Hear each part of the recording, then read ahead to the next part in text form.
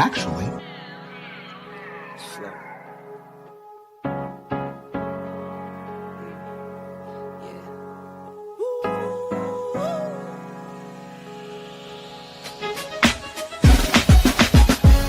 Yeah, I'm watching the rise, and I wouldn't say I'm shocked, cause I'm hardly surprised. This one's for the ride, this one's for who knew I'd make it, just needed some time. This one's for my wife, could've left 1,000 times just to by my side. This one's for the grind, I knew it would happen, just had the strength in my mind. It's the Travel OG, and welcome to the Black Manosphere Conclave 5.0!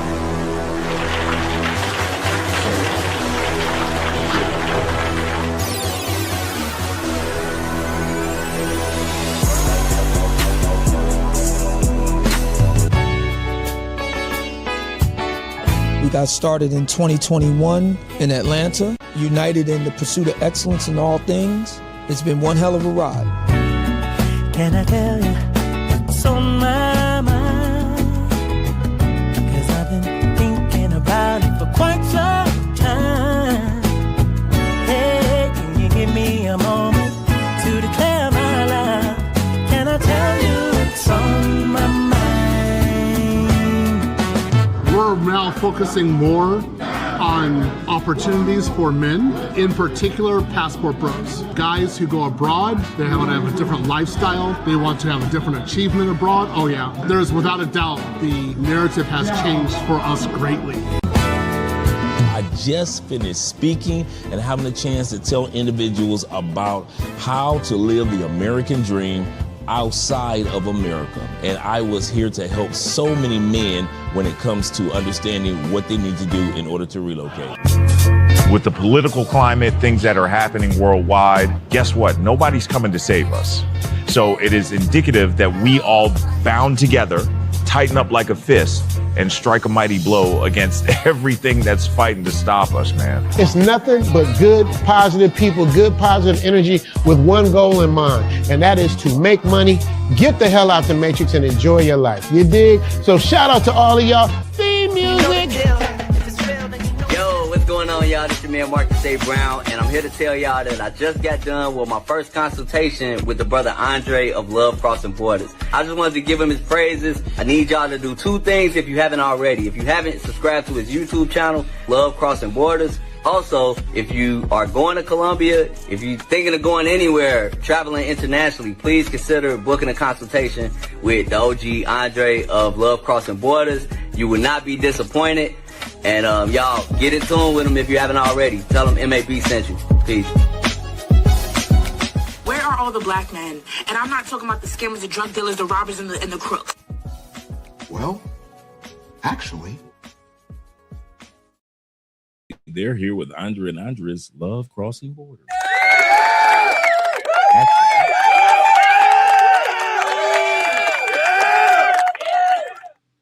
And like always, topic for tonight on one, but let's see.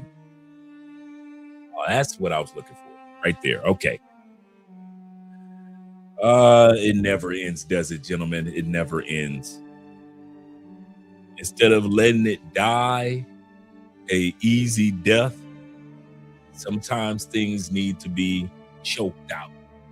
Sometimes you just got to choke the hell out of somebody and to let it go.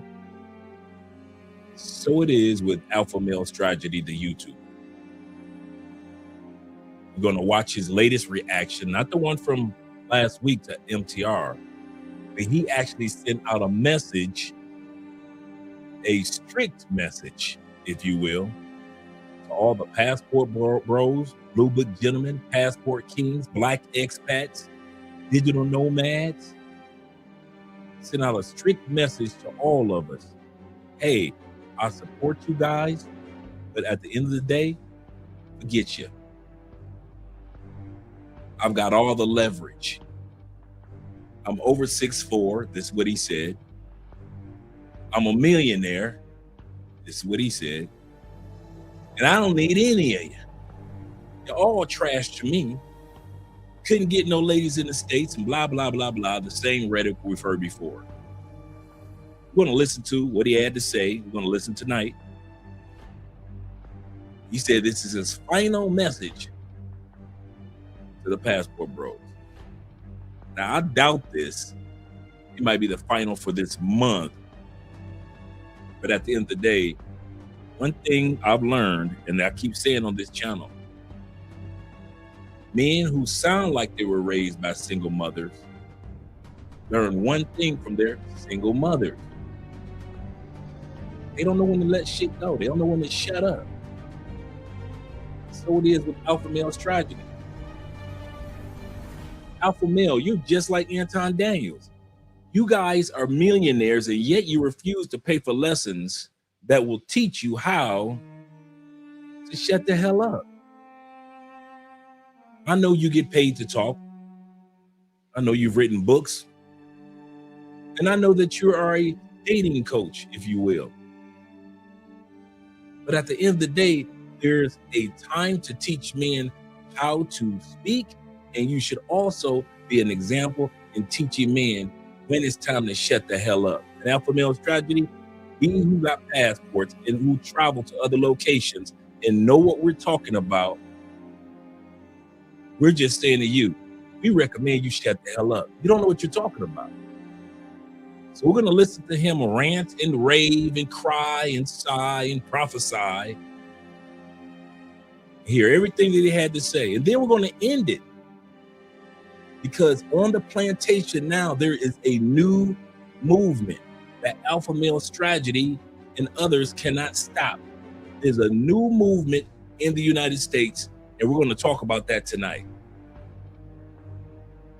We never thought we would see it, being men who travel, yet that movement is finally here.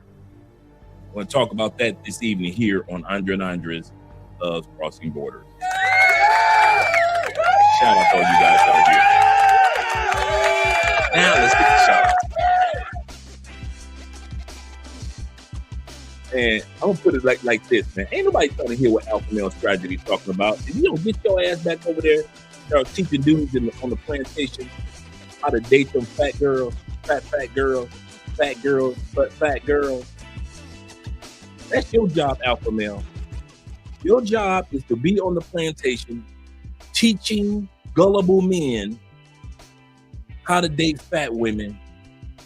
Oh, did I go overboard? Did I say something wrong? Are not 70% of the women, no matter what race, color, or creed in the United States, 70% are considered fat or obese?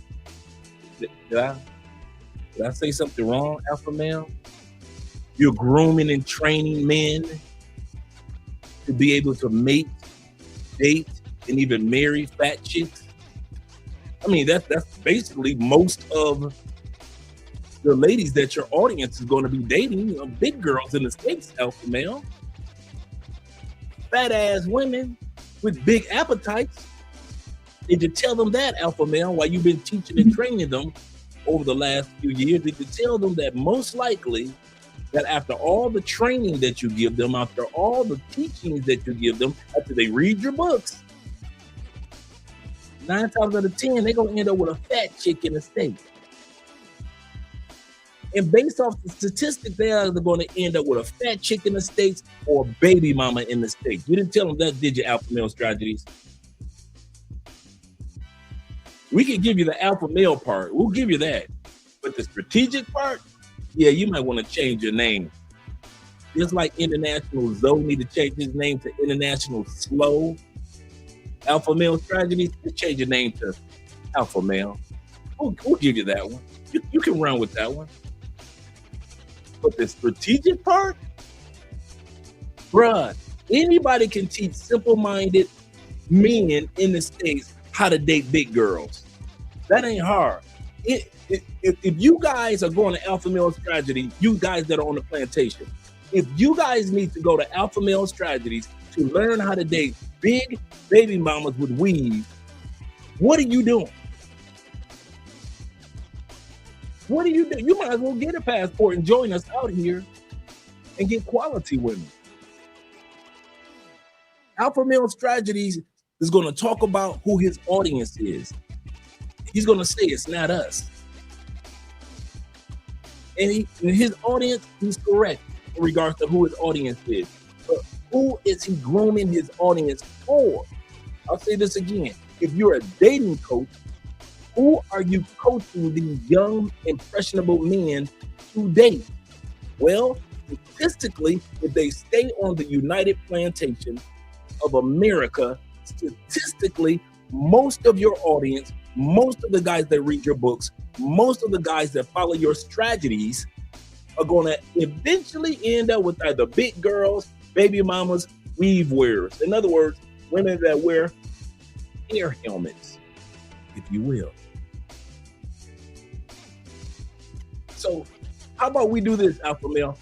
Those of us who got passports, we'll stay in our lane, enjoying the other 96% of women that live outside the United States, because statistically only 4.3% of women live in the United States. So we'll enjoy these other 96% of women outside in the real world. And you can go ahead and train and teach men dudes to fall in love with fat girls and you like. We have no problem with that. You have never seen us come at you, Alpha Male Strategy, creating any brother that's considered a passport bro or blue book gentleman has never created a video saying, well, we are against Alpha Male Strategy. We ain't put no video out like that. We never have. We have never put a video out there where we're against those dating coaches. Never have. We don't care what y'all do on the plantation. Hey, Alpha Male, check this out. Get your money, player. Ain't nobody gonna interrupt you. We're not saying get your money. But don't think, just like you think you know about our audience and about what we do as travelers, so it is, big boy, when it comes to what's going on the plantation. See, you've never been out here with us. And I'm talking about living and looking to relocate. You ain't never been out here with us, Alpha Male. But we have been on that plantation with you. See, we know who you're grooming your audience for. Fat, weave-wearing baby mamas. That's statistics. You can say, no, I'm not. Well, statistically, that's what most of your audience is going to end up with. That's what most of your Alpha. Great books. Proud of you. Anytime a black man writes books, I'm proud of you. Anytime a black man reads books, I'm proud of you. Your wardrobe attire, as you said, from watching and listening to Kevin Samuels, you changed some of your wardrobe attire where it's more like adulthood, grown man attire. Proud of you. You got over 500,000 subscribers on YouTube. That is not an easy task. We're proud of you. But if you think that we don't know that 70% of women in the United States, no matter what race, color, creed, denomination, or what have you, are not weave-wearing, overweight, or if it's a white girl, extension-wearing, overweight baby mamas that most of your clients are going to end up with, because that's the most of the demographics of the women in the United States. You got us messed up. You don't know our demographic of women, but we damn sure know yours. We damn sure know all you young dudes that follow Alpha Male Strategy. Get ready to feed your woman, boy. You better go, hey, you better take your ass to IKEA and get big plates. Don't be trying to marry them girls in the United States with them small ass plates. You better take your ass to IKEA, Home Depot, Lowe's. You better order from Sears and get the big plates. Because statistics show that y'all gonna end up with big girls with a big fan and a cowboy hat on. But Alpha Male ain't tell you that. He didn't tell you that part, did he? He didn't tell y'all that part. He just told y'all, just watch my show, follow my strategies, and you gonna get a woman. And I believe it. I believe if you follow Alpha Male Strategies and all these other dating coaches, blueprints, you right. You gonna get a woman. Only one question. What type of woman you gonna get? What type of woman you gonna get, bruh? After you purchase the books, great books, after you watched his YouTube channel, great channel. Seems like he's a cool brother. I'm not taking that away. We support you, Alpha Male Strategy. Just like you support us who travel, we support you too. We have no love lost. We are putting out the olive branch just like you put out that weak-ass olive branch 2 days ago. That weak-ass olive branch video that you put out talking about, hey, I support the Passport Bros, but hey, F y'all. That's exactly what you said. You support us, but then F us. Okay, cool. But do realize you ain't doing nothing but coaching dudes and training dudes to be with big ass baby mamas with weeds in their head. You ain't doing nothing but raising a bunch of another group of men that's gonna need to get the big place. I'm gonna tell you now, all you dudes that's stuck in the States, keep on dating women in the States. By 2030, you ain't got to worry about feeding a woman a plate. I'm telling you now. All you do that say, forget them passports and blue book, forget them black expats, forget them, man, they leave because they need to leave. Absolutely correct. You whatever you think, we're gonna let you believe that. Here's what it is. By 2030, y'all ain't got to worry about serving them big bitches no plates no more. Not in the States. Alpha Male Strategy. You're gonna be serving them big bitches platters. Your woman in the States go want breakfast, you're gonna have to have a 2-handle platter. The average woman in the United States, you're gonna be serving with a motherfucking platter. You ain't got to worry about her being submissive because she built like a submarine. She can only be one sub at a time. Submissive is not one of them. Submarine is one of them. That's why they don't want to be submissive, because they like, shit, I'm a submarine, not submissive. I'll be seeing y'all walking through the mall in the States, hand in hand with bitches bigger than submarines. So Alpha Male, keep doing what you do, bro. We proud of you. And I mean it. We are proud of you. Get your paper, brother. Get your paper. Get your motherfucking paper. But when it comes to men with passports and dreams of relocating to other countries, I'm going to say this, and I mean this. Just like we don't know nothing about coaching dudes to date big bitches, I'm going to tell you that now. Alpha Male, you got me. I don't know a damn thing about coaching men, younger men, older men, on how to date them big, ignorant ass, disrespectful, selfish, greedy ass women in the States. I do not. That's not part of my repertoire. You absolutely correct, Andre. When it comes to teaching a man how to date a big bitch that like to eat with a platter, you don't know what you're talking about. You are absolutely correct, Alpha Male Strategy. I do not know a damn thing about what I'm talking about, but you do. So if anybody want to learn how to date big girls in the United States of America, there's a content creator, author, public speaker, and friend of the Passport Bro movement known as Alpha Male Strategies. And he'll teach you how to date all the big bitches with cowboy hats on and big ass fans and shit and big ass appetites built like submarines. He's got the strategy to tell you how to do it. As for us that got passports, we don't know a damn thing about dating no big bitches. We did not fly all the way to Thailand to date a big bitch. We did not come to Colombia. Ain't nobody dating big bitches in Brazil. You ain't got nobody going to Honduras for fat bitches that look like American bitches. You ain't got to worry about none of that. None of that. That is you. Hey, Alpha Male, I promise you this. You're going to always have an audience. There's going to always be somebody that needs some answers on how to date big bitches in the States. You're going to always have an audience. You ain't never got to worry about running out no damn money. That's one thing we do know. It's going to always be a simp. There's going to always be some big bitches. And never the two shall part. They'll always be together in the States. Oh, we in the middle of an intro. Shout out to all 60 of you guys here. I was in the middle of a rant. Shout out to my brother 313 Nate in the building. Alpha Male Strategies must have forgotten. You better back the fuck up out my face, goddammit. I'm from Detroit, Michigan. Don't play with me. Don't play with me. Don't play with me. I understand you from the South. My people from the South too. And I'm from the North too. Ain't nobody worried about no damn alpha male strategy. What you gonna do? Run us over with a herd of buffalo bitches up in the States? If that's what's gonna happen, you gonna run us over with a herd of buffalo bitches?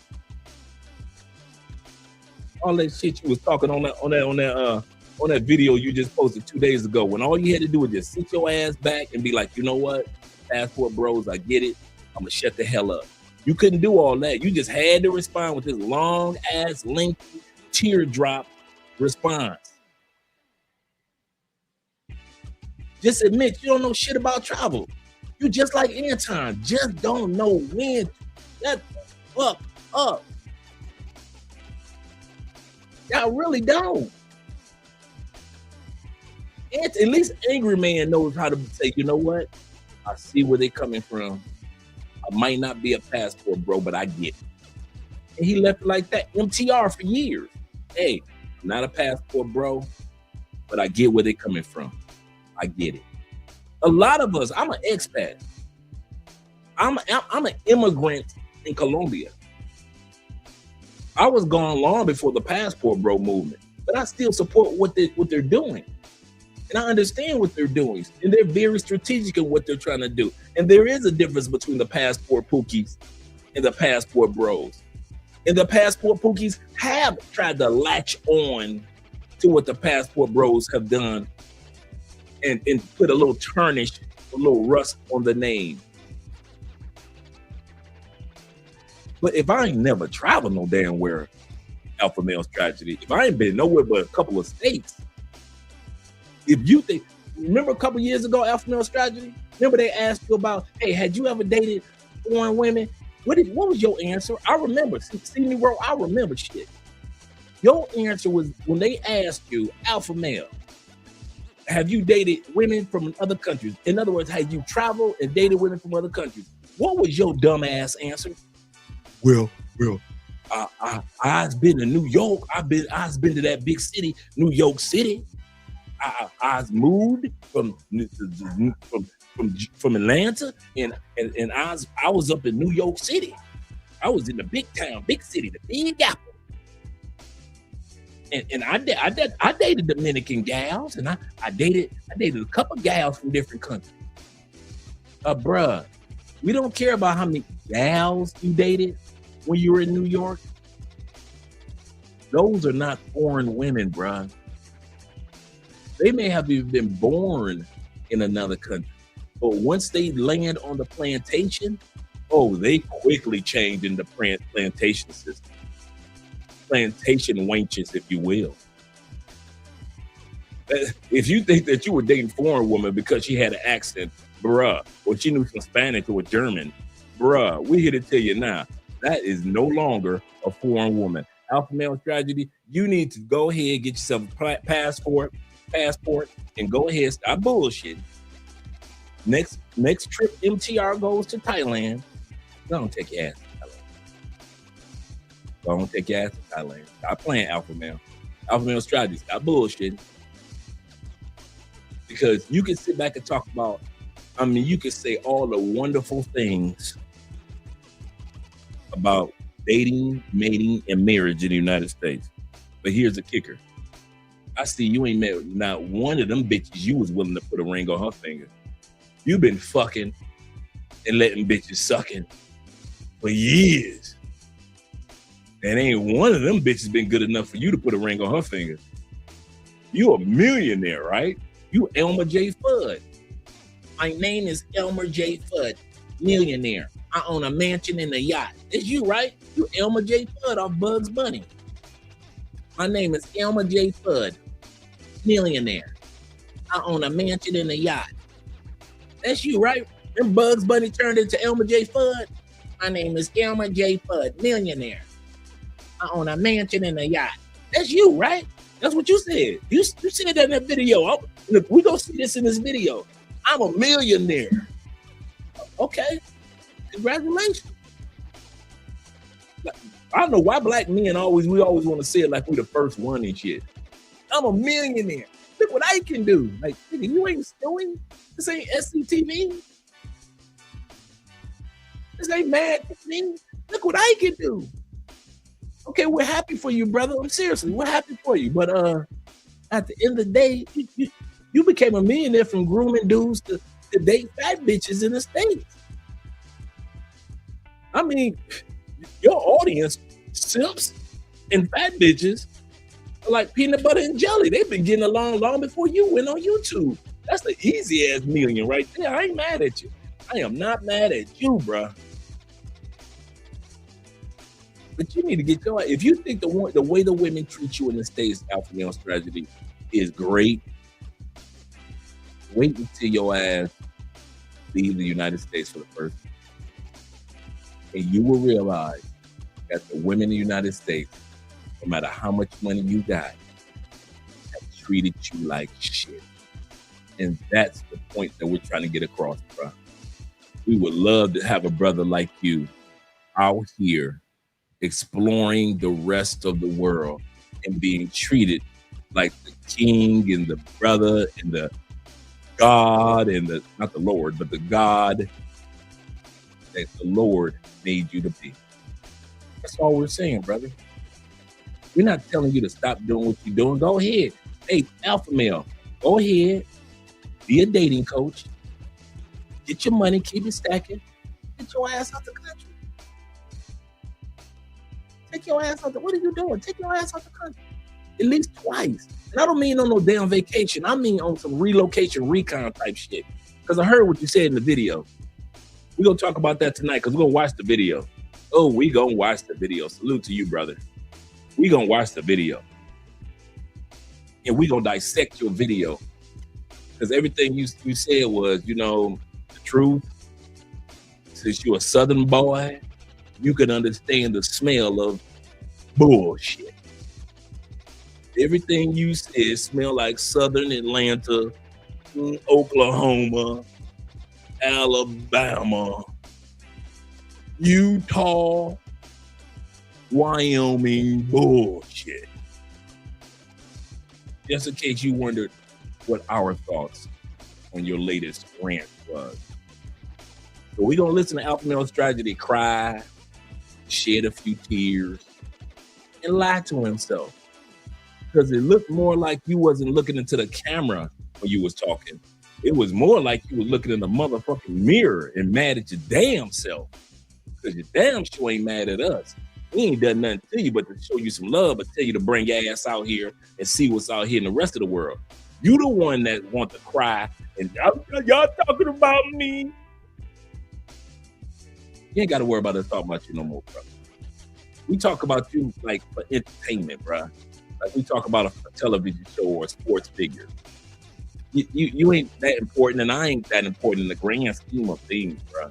When these cameras go out, I ain't that important to you, and you damn straight important to me. But let's get started, gentlemen. Y'all didn't come here for an automatic rant. Shout out to all 74 in the building. I won't be able to do a shout out to all you guys. Shout out to the brothers in the super chats, first of all. Shout out to all you Bitcoin brothers that support by way of Bitcoin, as well as Cash App, PayPal, super chats. We appreciate you, gentlemen. David says this. He said, I'm asking for the old school Dre to talk tonight. Not my classy brother that we all know and love. We need the jokes in abundance. Well, I'm coming right out the gate. I told y'all I keep a box of jokes in the trunk. I keep a box of jokes in the trunk. Shout out to you, brother. And shout out to my brother, some Canadian brothers. I told this guy where I was from. He said, oh, Canada. Oh, Canada. Shout out to you, brother. Let's get ready with these shout outs. Shout out to my brother Rico in the building. Glad to see that you're here, Reek. Let me scroll down a little further because we got E-Man Perry in the building. He said, I just watched that. He said, I just watched the AMS video. He is off the chain. Don't worry about it. I'm off the chain. I'm the one you're going to say off the chain tonight. I'm the one y'all going to be like, that's a damn fool right there. I'm coming tonight like, you damn near thought I was the missing brother of Corey Holcomb tonight. Because I'm coming like motherfucking Patrice O'Neal tonight with the joke. This old watermelon head nigga want to sit up there and start the video off. Passport bros, you're my friends. But by the way, fuck you. Like, whoa, bruh. Whoa. It is not that serious. The sensitivity. The motherfucking sensitivity. Don't be mad at me because your barber made your beard just a little too dark this go round. Next time you need to get some just for men with a little gray in it. It's about time you get the just for men with just a little gray in it. Your mother ain't no alpha male strategies. And all you motherfuckers out there with them dark ass beards. Don't nobody ever want to bring out the truth about, hey, get you some regular black man hair color beard. All you dudes that got that charcoal black beard, that shit is not cool. Your ass look like motherfucking Cornelius off of Rudolph the Red-Nosed Reindeer. Motherfucking beard look like it's hard as hell. All you dudes with that jet black shit, dude, no man is born in the black community with a jet black afro on his motherfucking shit. Dude, tone that black motherfucking down. All y'all. Tone that black down. Your beard is a natural black. Get natural black. Who the fuck told y'all that was a cool ass trend? Who told y'all old asses that was a cool trend? Your shit looks fake as hell. If your beard is real, god damn it looks fake. Let me show this window. Damn dog.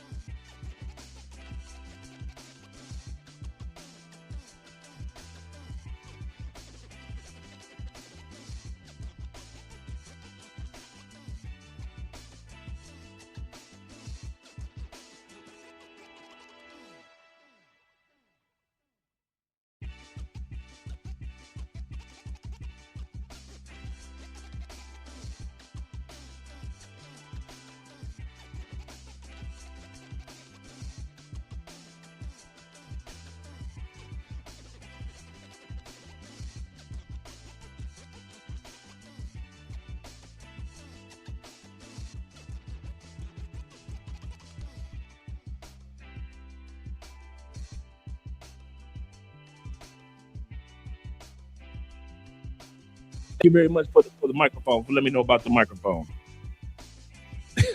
I see. So here we go.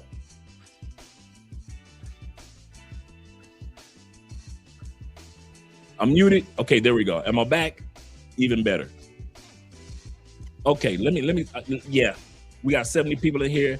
I might not got time for the shout outs because I got to talk about these damn microphone, about these damn beards. I'm going back to the question.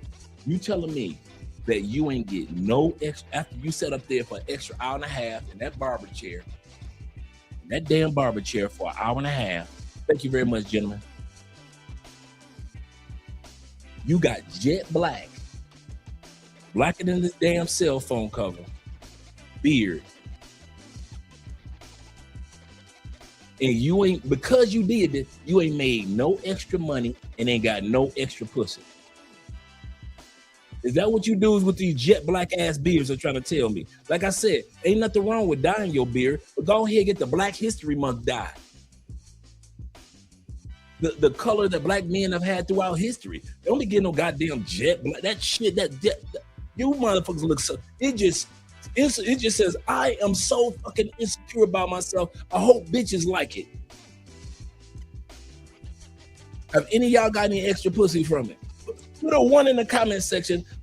Have you ever seen anybody, any of your partners, any of your friends, yourself, your pastor, any deacons, anybody on any male co-workers? Have y'all seen anybody? Put a 1 in the comment section if you see anybody get any extra pussy from dyeing their beard jet black like Alpha Male's Tragedy. I'll wait.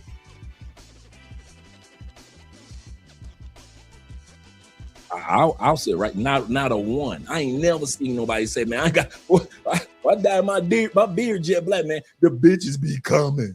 The bitches be coming. I ain't never seen that. And I damn sure ain't never seen nobody get off the plane in Cartagena and bitches come a running.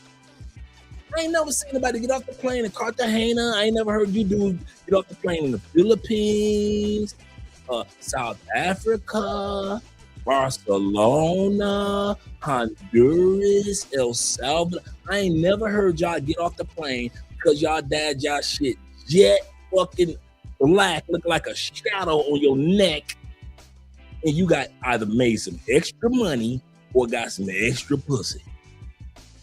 Ever. You just mad because your shit great. Dude, that's because my wife said she wanted it like this. I'm gonna say that again. Why ain't that much? Because my wife will be pissed. You talking about making my wife mad? Let me go ahead and put some jet black motherfucking dye in my beard. Looking like a goddamn 1970s action figure from G.I. Joe. Yo, Joe. Y'all keep on dyeing y'all beard like y'all Alpha Male Strategy. Y'all gonna keep on dyeing y'all beard like y'all AMS. Don't dye y'all shit like this. Don't have y'all shit looking like that. Go keep on fucking around. Dyeing your beard just looking like this shit right here. Looking like this shit right here. You dudes failed to realize there is no insult in getting older. I want to say that again to us men in the back. There is no insult to showing the world I made it. I made it. In the words of Kanye West, I wasn't supposed. All right, Sexy Boo, love you. In the words of Kanye West, I wasn't supposed to make it past 25. Joke's on you, I'm still alive. God damn it, this gray hair says I made it. You know how many motherfuckers in the grave didn't make it to this? You know how many motherfuckers still in the States in bad marriages to fat bitches listening to Alpha Male Strategy and ain't make it to this? You know how motherfuckers right now in the States depressed and sad and lonely? This is, I don't know if y'all realize, this is Male Mental Health Month, June. We're gonna do some episodes on this. June is Male Mental Health Month. You think I ain't gonna celebrate my graves? Get the fuck out of here. And if I died in a little bit, I damn sure ain't gonna die in no goddamn jet black matching a.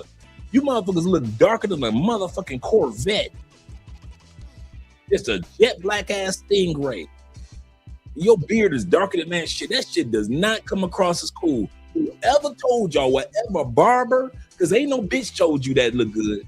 I'm gonna tell you that now. Do not try to act like a bitch told you a jet black motherfucking beard is the way to go. Maybe LaQuanda in the hood, she told you some dumb shit like that. But I'm talking about quality women that's talking about, I need for you to go to a fundraiser with me. Ain't no bitch gonna take you with that dark ass beard to the motherfucking fundraiser. Well, Trey, it's my beard and it's my money. Yes, it is, and these are my jokes. So roll with them. You damn right, that's your beard. I wouldn't do that shit to mine. You damn right, that's your beard, alpha male. That's your beard.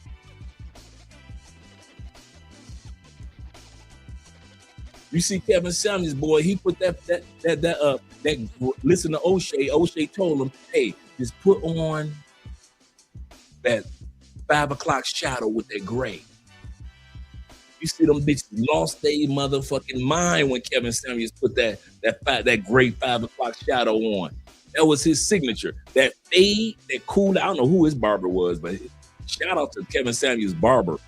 That fade and that fucking 5 o'clock shadow with them gray hairs, shit, them bitches was losing their mind. All them bitches was trying to fuck Kevin. They hated him and want to fuck him at the same time. You ain't see Kevin Samuels walk his ass out there with no goddamn jet black ass glue on his face, shit darker than tar. Y'all niggas walking around like somebody that put a tar on a goddamn, look at the roof of the house and look at your beard. It's the same goddamn color.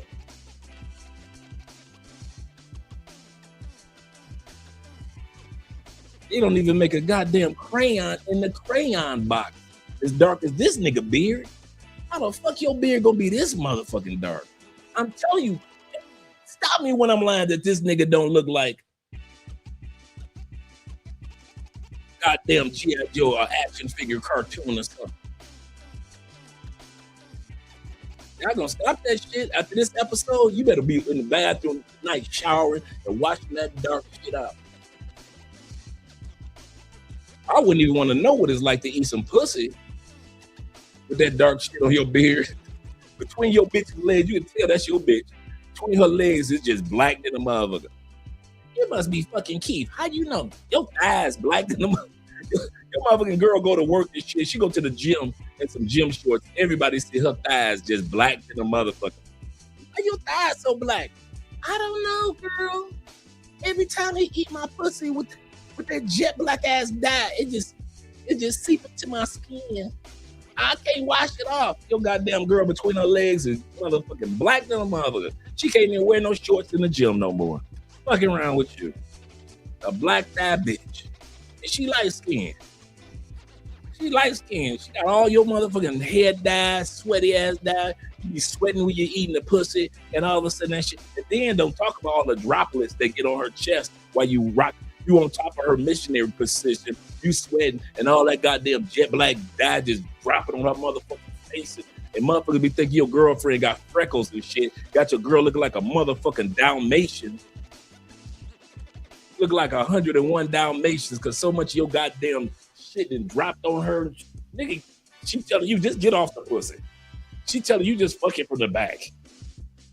You can't even fuck a missionary position because as soon as you start sweating, that shit just rip all down on shit looking like a goddamn Dalmatian. The fuck? Shout out to all you guys that are here. We are 84 people in the building. We about to get started. My bad, gentlemen. My bad for not giving you guys the shout outs tonight. But I had to do a rant. This nigga Alpha Male Strategy, he fucking with the wrong people. He fucking with the wrong people. Shout out to Ultimate Warrior. Some Georgia boys in the building. Show you some love. What you really know about the dirty side? What you really know about the dirty side? Said this. He said, I brought myself some tickets to the World Cup. Yes, sir. Match in the 404. Shout out to Atlanta. He said, I'm gonna be on the hunt. I know you are, brother. I know you are. All the ladies that's down there. He said, South Africa versus the Czech Republic. Yes, sir. I ain't mad at you, brother. If I was single, I was there. We'd be the Wonder Twins on Super Friends. Activate. You better believe it. He said Atlanta has been a melting pot since the Olympics in '96. Yep. See, I wasn't even born. Dang. You gonna quit making me feel old. Y'all gonna quit making me feel old and enjoying them. I'm old. Let's get ready to get started with the video, guys. Shout out to all you guys that are here. And shout out to all you guys. We did our first live stream over on Patreon. We had fun last night. It was just a short test, but now we've got everything worked on Patreon. So we're going to be doing it once a week. So all you guys, I'm going to drop the link for the Patreon for you guys to join. And so we can do live streams so we won't be interrupted with what we say in certain subject matters that we talk about here on YouTube. You know, they don't want us to talk about certain subjects. So we can talk about those things over on the Patreon. So I'll be dropping that link a little later. Shout out to you guys once again for showing the love, supporting the channel. And thank you guys for letting me know when I'm muted. And thank you for calling me. I appreciate you guys. Whenever I see a call, that's what made me look. I say, okay, wait a minute, let me look. Somebody calling me. Did I make myself go mute? Yes, sir. Appreciate you, gentlemen. I really do. And shout out to Derek in the building. He say, show Richie how to do that Patreon. I will. I'll show Richie. It's easy now. Goodness gracious. Patreon finally has its own platform for going live. You used to have to use different other platforms like YouTube. You have to use go live through YouTube, or you had to go live to this platform or pay for that platform to go live on Patreon. Now, Patreon has its own platform, so you just go into your Patreon now and just click live, and you are live. And all of a sudden, you start seeing everybody come in. It was so easy last night. It probably took us 5 seconds to go live. You got the only difference is I can't pull videos up and things like that, so it's just me talking. But we had a fun time last night. So it's super easy now, man. Super easy. You ain't got to connect to nothing. And then what'll happen is it'll process for about an hour. Then all of a sudden, bam, you'll get an email as a Patreon content creator.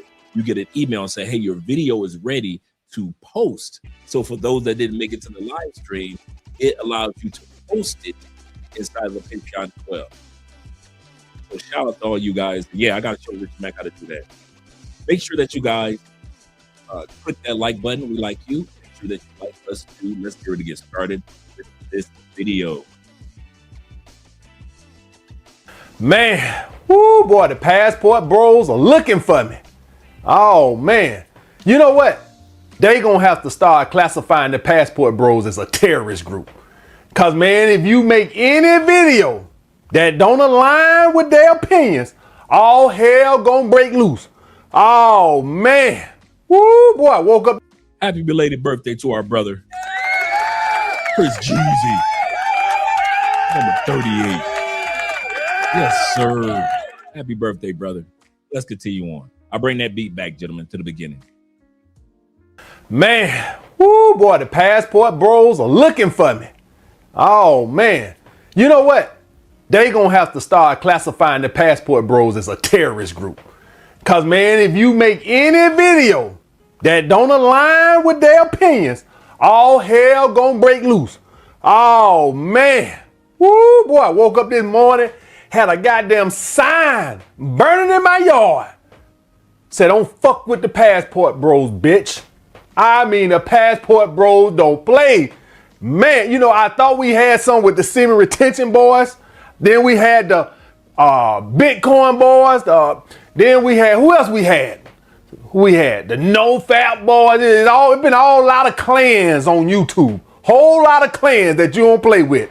But boy, ain't none of them fucking with the passport bros. Oh man, I ain't never seen a bunch of emotional men a day in my goddamn life. But anyway, guys, MTR, O'Shea both made responses, which caused me to make this response because I obviously didn't make myself clear enough on my video, my reaction video to MTR. So I wanted to clear up some points. All right, guys. All right. So this is my olive branch to the Passport Bros. All right, number one, guys, got my little talking list. I can't remember all this shit, right? So I watched their videos and I seen some stuff that I must didn't clarify, so I took some notes. All right, number one talking point, guys. I support the Passport Bros. Guys, in case y'all forgot, I'm the guy who made the video why I'm against the MGTOW movement. If any of y'all guys remember, that was my first big video on YouTube. And in that video, I specifically talk about I'm tired of the bitching and moaning on YouTube. Now, before I go any further, I gotta make this disclaimer. I started off by saying I support the Passport Bros. So there are a lot of Passport Bros like, yeah, motherfucker, apologize.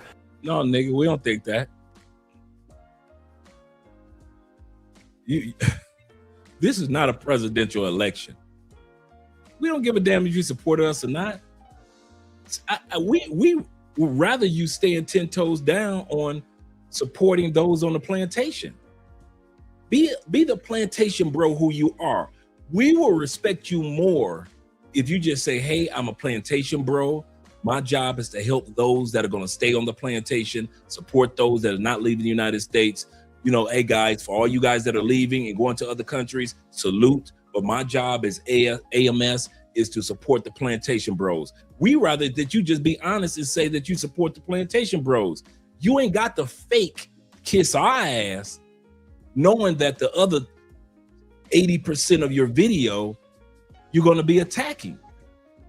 So why say I support the Passport Bros if you know that 80% of your video is basically, but by the way, fuck every one of you Passport Bros. You don't know what you're talking about. Just be the plantation bro who you are. Hey, Alpha Male, we ain't got nothing against the plantation bros, bro. We know that most of y'all ain't going no goddamn way. No matter how much money you got, you ain't going nowhere. There are plenty of black millionaires, men and women in the United States. Ain't never been no damn well. We just finished last week watching the little video clip of Stephen A. Smith, right? Asking Cam Newton, hey, bruh, how was Brazil? Wait a minute, Stephen. You a fucking multimillionaire. You telling me that even after basketball season, and you ain't got shit to do with baseball, football, hockey season, you can't take your ass down to Brazil for about a week with all that money. But I'm not surprised because there's plenty of brothers like Alpha Male Strategy, Stephen A. Smith, and a bunch of brothers. They got the proceeds. They just ain't doing shit with it when it comes to travel. So what's my point? I know it's gonna be plantation bros. Why do y'all think I always advocate for do not try to convince your family members, your friends, excuse me, your other colleagues to leave the plantation. Don't get in arguments with people in the United States. Don't go on panels cussing and fussing at them about not understanding the Passport Bros and the black men and the white men that are relocating. Don't argue with them people. Why? Because even if you are 100% right, they still are plantation folks. They ain't going no goddamn where. There are white folks up in the hills of Kentucky. They're never leaving the Appalachian Mountains. You got brothers that are in New York and Philly, Pittsburgh, Bmore. You got brothers with money in Atlanta, brothers with money in Detroit and Chi-Town. Naptown brothers got money. You got sisters with money in the Carolinas. You got sisters with money in Miami. And they ain't going nowhere but on a goddamn cruise, their 5th cruise, and think they done some shit. Don't try to convince them. Our job, Alpha Male Strategies, as far as the guys that travel, it is not our job to convince you to support us. It's our job to convince you to convince everybody else to keep their ass in the United States. That's your job for us. If you love us, if you care about us, passport bros, blue book gentlemen, expats, and so forth, enlightened men, if you really care about us, do us one favor.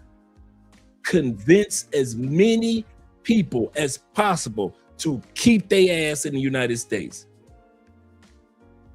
Alpha Male Strategy. Tell every Pookie, Ray Ray, Nook Nook, LaShonda, LaQuanda, Aisha, and Keisha to keep they ratchet asses in the United States. Can you do that one for us? That's what we want for you to do. There are a crop of brothers and sisters and white folks that we don't want out here with us. Irresponsible rednecks. We don't want them out here with us. Funky white boys from Europe. No showering asses. We don't want them out here with us. Take your ass back to Europe and take a shower more than twice a month before you start traveling with passports, you stinky motherfuckers. We know most of y'all ain't going no goddamn where. You can't blame it on money. You can't blame it on money. You can't even blame it on your mama, because your mama is 81 years old, and she been telling your ass for the last 20 years, baby, go live your life. Mama, all right, mama good. If I need you, baby, I got your number. I'ma call you. But baby, I need you to do me a favor. Before I go, I want to see you happy. Ain't your mother's been telling you that for the longest? Dad, like, listen, boy, if I was your age, if I had that money and I was your age, nigga, I'd have been gone. I ain't gonna lie to you. I'd have been left Detroit.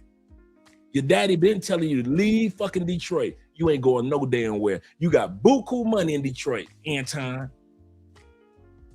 You think visiting Japan and a couple of other countries, you done some shit, huh? We know most of y'all ain't going no damn where. So when it comes to Alpha Male Strategy, we don't need you to support us. We just need for you to keep most of them motherfuckers that's trying to leave, keep their ass in the States. Could you do that? Keep their ass in the States. Hold on. I just want to make this disclaimer. It started off nice, but at some point in this video, shit might go left. All right? So when I was younger, my uncle, he used to do like this, right? You get in trouble, right? He come in there, he talk to you for the first 5 minutes. And he nice. Like you do something stupid, he come in there, he just is nice and calm. But somewhere along the line, about 5 minutes in, he would stand up and start taking off his belt. Yeah, he started taking off his belt. At first you thinking like, oh man, this just gonna be a nice talking to, and I'm gonna just sit here and say, yes sir, yeah, like you learning from your mistakes, right? And that's gonna be the end of it, and you get to go on by your merry way. All you gotta do is just say, yes sir, and look sincere, right? Just look sincere and say, yes sir. But some point in there, he stands up and he starts to take off his belt, and then you start to realize, I don't think I'm gonna be able to just get away with yes sir today. That's what's gonna happen on here. I'm gonna start off nice, but somewhere in this video, I'm gonna stand up and I'm gonna start pulling off my belt. All right, so before you guys think that this some video where the passport bros get their ass kissed, let's just stick around, because I'm gonna start off nice and I'm gonna end up, I don't know where this might go. But anyway, guys, I wanna just say, I support the passport bros. Rather than the bitching and complaining that was going on in 2017 with the True Force Loneliness guys and the MGTOW guys, I would rather for men travel than make videos bitching on the internet all goddamn day. I would rather for you guys to do that. Women have gotten fucking ridiculous. I would give you that. I told all you boys to do the self-improvement, get on your grind.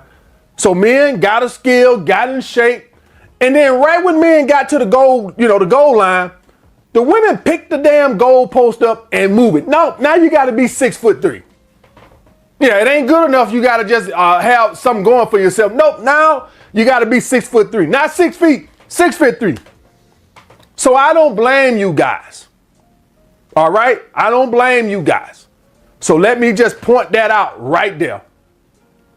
I support the Passport Bros better than a bunch of bitchin' ass MGTOW videos all day. Like somebody really give a shit. You know, I see these women on TikTok talking about decentering men and they've been celibate for 5 years. It's almost like they think the world's supposed to stop moving because they celibate.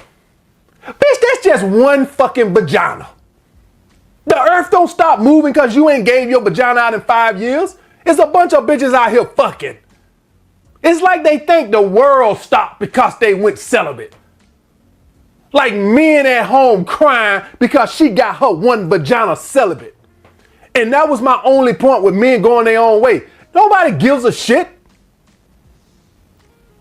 So let me point that out right there. All right. The next talking point, guys, is the Passport Bros are not my audience. Guys, what are the Passport Bros?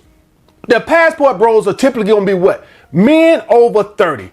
You do have some anomalies in there, right? You do have some. But by and large, the Passport Bros are men who are more seasoned in their career. They've accumulated some form of resources, right? They're further along in their career. They make a little bit more money, right? And so these are the guys, that's not my audience. Nobody ever said that we were. It's obvious that we aren't your audience, bruh. I mean, you know, during the pandemic, dudes were sitting around bored and they were like, hey, who is this young brother, Alpha Male Strategies? Okay, we watched you support, hey, as a black man doing this thing, getting his content up. Okay, cool, let's support the brother. We did it like that, but we ain't never even claimed to be any of you dating coaches. I'm gonna tell you something, Alpha Male. You know why? Even if we weren't outside of the United States or planning on relocating outside the United States, we still wouldn't have been your audience. One thing that people don't want to admit about the Passport Bro movement is this. We've been getting pussy. I don't know why dudes think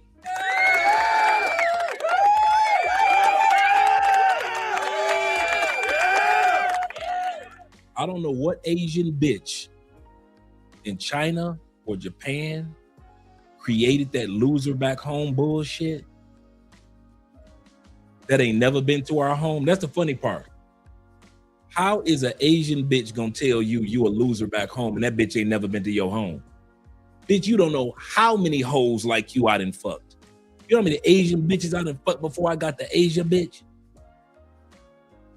The last thing I am is a loser back home for an Asian bitch. You know how many an African bitch in the whole 54 countries of Africa cannot tell us that you're a loser. I'm your first bitch. Do you know how many African bitch Zimbabwe bitches, Mozambique pussies that we done got? They try to sell this narrative as if we left because we couldn't get pussy.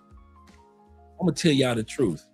One of the reasons that we left was because we was getting so much pussy, but them bitches ain't had nothing else to offer us. That's what the problem was with the females in the States. I could fuck you, you will suck my dick, but if I ask you for a cup of water, you want to cuss and fuss at me. You will let me fuck you in your ass, but you won't make me a plate. I can fuck you and your homegirl and your gay friend tonight, but when it comes to praying for me, you ain't gonna pray for me. So I could get all, the problem was never getting sex. I don't know why y'all try to sell that narrative in the States that we wasn't fucking them raggedy assholes. The easiest thing in the States is hookup culture. Man, from the moment your dick get hard at age 11 in the States, You can start fucking by 11 and a half. The problem was after we fucked you, we got post-nut clarity and rolled over and looked at you like, why is this bitch in my house? Half the women in the States don't even have conversation. Even the quality ones are knuckleheads. I know so many educated, knuckleheaded women. Put a 1 in the comment section if you know a bitch that's book smart, but when it come to getting men, she the dumbest bitch you ever met. That bitch is book smart, but got 3 baby daddies. I put a 1 in the comment. I know a couple of my female friends. They are smart as hell. I'm talking about GPAs out the ass. I'm talking about masters and doctor degrees. But when it comes to a man, them bitches are dumb as.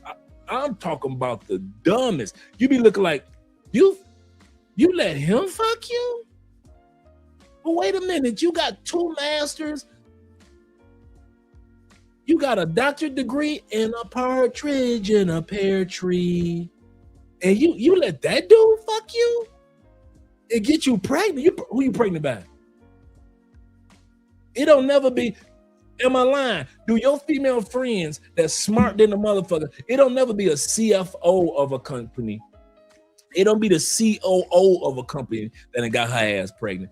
You notice it don't never be none of her motherfucking upper echelon co-workers that ain't got her pregnant in the office. Guess who got her pregnant? The motherfucking janitor. That's who got her pregnant. She got all these accolades sitting behind her on her wall, but niggas like me that was working in the mail room when I got out the feds, I'm fucking the shit out them bitches with all their accolades. That's how I know. That's how I know personally that there are some smart dumb bitches in the United States. I'm a dude just getting out of prison, working in the mail room. I'm walking in these bitches' office, accolades. My job is to deliver the mail to each floor. So I'm on every floor in Detroit, downtown, Blue Cross Blue Shield. Y'all know how tall that building is. It ain't nothing but bitches working up in there. And I'm fucking all them hoes. It ain't the CFO, the COO of the company. It's not upper management getting the pussy. It's not the trainers. Nobody. It's the motherfucking young kid from the mail room fucking hoes. So I'm proof, and I know plenty of you dudes are just like me. You done fuck some of the smartest bitches because they were so dumb, they was dumb enough to let you get the pussy. I'm gonna say that again. I done fuck some smart bitches because they was dumb enough to let me get the pussy.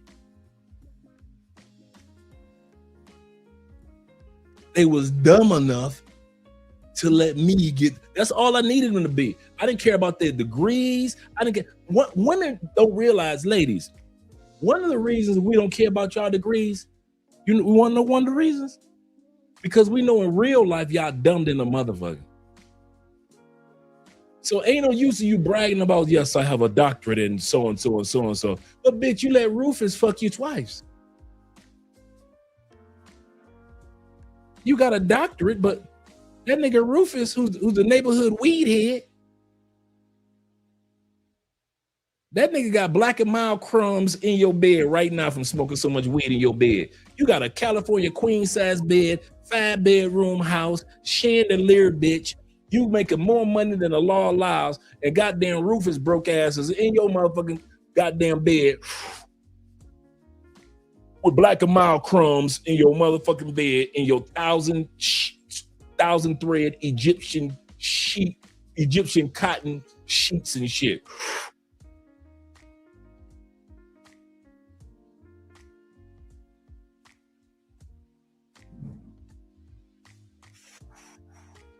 Yeah, bitch. It'll never be their counterparts that get the pussy. It'll never be the motherfucker, she got a 4.0, he got a 4.0, so he get the pussy. It'll never be like that. It be like the motherfucker like me with the goddamn 2.3 GPA, and I'm getting the pussy from the bitch that's a 4.10, 4.12 GPA. It be the motherfuckers like me that be ready to drop out of college, and this bitch got 3 intern opportunities, and she just slobbing all over my dick, celebrating her internships. This is why I tell you dudes, when you see bitches that be walking through your city, oh, she fancy, she jazzy with it. Man, that's one of the, dude, every jazzy bitch that you see in your city, I'm talking about getting off work, I don't care if it's a co-worker, I don't care if it's your cousin. Every motherfucking jazzy chick that I have ever met, I have ever seen in my life, have always been stupid when it comes to men. Every single, I have never met a jazzy bitch that was smart when it came to men. Okay, why do you think that it's so easy for women that are the upper echelon as far as economics and education? Why is it so easy for them to have a 90% divorce rate? You want to know why? Because they only date us motherfuckers that's easily divorceable. They love dating and mating and marrying us on fuckboy mode. So it's easy to, hell yeah, it's easy to divorce me. I'm a fuckboy. I'm fucking you, your sister, your cousin too. And you was dumb enough to marry me, bitch. And now you got to pay alimony. Half of us ain't surprised. I'm gonna tell you something now. Half of us dudes that were dating upper echelon bitches that sit back and say, well, Andre, you're not the one for me. I think this is not gonna work. Bitch, it wasn't gonna work before we met. Dude, I'm gonna tell you something. When I was working at Blue Cross Blue Shield as a fucking mail boy, dude, the level of educated and rich bitches that was let me go into their motherfucking crib and fuck the dog shit out of them after church. It's crazy. And I'm gonna tell you something I know. I know you dudes in the comment section, I ain't the only one that was fucking educated, stupid bitches. Don't act like I was the only one that was fucking educated, stupid bitches. A bitch that you can brag on and laugh at the same time. Okay, put it a one. I'll put a 1 in the comment. My damn self. Put a 1 in the comment section if you got some educated, stupid pussy before. We just said that you got an educated, stupid friend or family member. Put a 1 in the comment section if you ever got some educated bitch that she was so dumb, she was dumb enough to let you get the pussy. That you was even flabbergasted. You said, this bitch got a master's degree. She let me fuck her? Bitch, I just lost my job yesterday and I can get the pussy? That bitch, I told that bitch, I got a flat tire. That bitch bought me 4 new motherfucking tires to make sure I come over there and get the.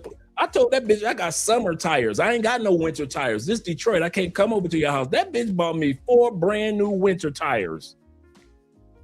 Put a 1 in the comment section if you ever got some smart dumb pussy. I mean, when it comes to them books, when it comes to bookkeeping, investments, she's smart as hell. When it comes to standing up there, public speaking, can't nobody touch her. She's the jazziest dresser. Her makeup is on point, not too much, not too little. But when it comes to picking a man, that bitch was always dumb enough to choose us. She was always dumb enough to choose us. Every time. I mean, some of the dumbest bitches. You be like, bitch, you want me to fuck you? When? Niggas, if I had times I would sleep, but no joke. I'm in the bed, sleep many a night. How many times many a night you done had an educated bitch call you or text you in the middle of the night, hey, big head, I'm on my way. Bitch, I did not invite you to my house, my humble abode. Nigga, you got you a nice apartment. This bitch got a 5-bedroom house. She about to deliver the pussy to your house. I done had educated dumb bitches drive through the snow of Detroit and Chicago. I'm on my way, bitch. It is goddamn 12 inches out there. How the fuck you on your motherfucking windshield wipers just going? Bitch on the phone with me, windshield wipers just going. Andre, I'm on my way. I'm bringing the pussy right now. I'm on my way. Snow coming down. This bitch on black ice just sliding and shit on her way to come see your boy. I told y'all one educated dumb bitch in Tampa drove through a goddamn hurricane to come get the dick. I am not exaggerating. Anybody from Tampa know there's a bridge that separates Tampa and St. Petersburg, Florida. That bridge, you know, that water during a hurricane, that water comes up on the bridge. And I mean comes up. The bridge damn near disappears. This educated bitch, who I had been trying to fuck, but not during a hurricane, this bitch say, Andre, what you doing? I said, I ain't doing nothing. I'm on my way. Now, mind you, I had already set up a date to spend the hurricane. Okay, all you Florida boys, do you not, come on Florida boys, all you single Florida boys, do bitches always want to fuck during hurricanes? Hurricanes and tropical storms, they always want to give up the pussy, don't they? Because they don't want to be in the house by themselves, do they? Because they scared, the lights gonna go out, the water might go out, they need a man there. Don't act like I'm the only one that was getting tropical storm pussy. See, you Northerners don't know nothing about this, but I'm gonna tell you something. You talking about easy? You Northerners, you know how to get the pussy in the snow, right? Like when it's snowing, you know a bitch gonna come through. If I come over, I ain't going home for 2 days, bitch. You ain't got to leave. But all you Florida dudes, all you panhandle Florida dudes, all you Southern Georgia dudes, Southern Alabama, all that hurricane area, you know it. Texas, Galveston, you know exactly what I'm talking about. Bitches want to fuck during tropical storms. I don't know what the fuck it is, but them bitch, dude, if you ever want to see a man, all you other dudes don't know what I'm talking about. If you want to see your phone blow the fuck up with bitches, let there be a tropical storm or hurricane. Them bitches coming out the woodworks. So I already had 2 bitches lined up anyway. I had one black and Irish bitch, she lined up. I had just met this other chick, tall chocolate chick, cutie too. Ooh, she was cute. I'm on my way to the tall and chocolate chick spot. I'm packing my shit to leave before the hurricane get bad, because I know I'm gonna be over there fucking on her ass for 2 or 3 days, right? Because you know the hurricane gonna last. All of a sudden, I get a call from this chick. This bitch is crossing the bridge from St. Petersburg to Tampa in the middle of the fucking hurricane. I'm like, bitch, you in a hurricane? Her motherfucking windshield wipers just like acting like it's just regular rain and shit. Just like it's regular rain. Her motherfucking windshield wipers just. Can you stand the rain? Why this bitch on the phone with me? I am on my way. Don't you go nowhere else. When I tell y'all it's some educated, stupid bitches out there are some women out there that are very educated to where in like regular life, you are so proud of them. Go ahead, Black Queen. But I'm talking about when the sun go down and them needs come out to feed. Boy, them bitches dumb as hell. They'll let any of us get the pussy. Hell yeah, purple rain, purple rain. Hell yeah, boy. Let's go back to our brother as he crying and shit. But my point is, we don't care if he support us or not. We really don't. We are not his audience, and we never claim to be his audience. I don't know where he pulled that shit out his ass from. He just talking to be talking. Talking point, guys, is the Passport Bros are not my audience. Guys, what are the Passport Bros? Before we do all that, because he assumed that he knows what a passport bro is without having a passport. That's the other thing about this dude. How the hell you gonna do all this information as if you know what a passport bro is and your black ass ain't even got a passport? Your black ass ain't even got a damn passport. Dave says this. How did ASM write a book? I don't know, AI. I mean, he wrote his book before AI. So he said, if you listen to the way that he speaks, I know, right? It's hard to see him putting words to paper in paragraphs and without having run-on sentences in a logical way. Hey, ghostwriter, have a ghostwriter. Back then, you get a ghostwriter on Fiverr. Hey, a ghostwriter, I don't know. But that's a good point. The passport bros are typically going to be what? Men over 30. You do have some anomalies in there, right? You do have some. But by and large, the passport bros are men who are more seasoned in their career. They've accumulated some form of resources, right? They are further along in their career. They make a little bit more money, right? And so these are the guys. That's not my audience. I'm not going to sit up here and tell you I don't have no 30-year-olds. Hell, I ain't going to even sit up here and tell you I don't have no 50 and 60-year-olds. But that's not my primary audience, guys. My primary audience is going to be 16 to 24-year-olds. That's the dating market, not passport bros. So every time somebody gives an opinion about passport bros, y'all go to crying and thinking somebody wants your ass to stay here because you my audience. You are not my goddamn audience. The men who are my audience are young and broke and getting into their career, not your old ass. If you think my primary audience is a bunch of 35-year-old grown-ass men, you stupid as hell. My audience can't afford to be fucking passport bros. Most of them barely can afford to be goddamn Patreon members. Now let some goddamn passport bros. So stop all this goddamn bullshit that y'all guys think that every time somebody make a video about some passport bros, they want your ass, they need your money, and he think that they 16 to 24-year-olds. 16 to 24-year-olds. I ain't mad at him. Brother became a millionaire teaching men that are 16 to 24-year-olds as a dating coach how to date the average woman in the United States. And the average woman in the United States is either fat or obese, just average. The average woman in the United States now is a baby mama, just average. The average woman in the United States has an attitude about something, just average.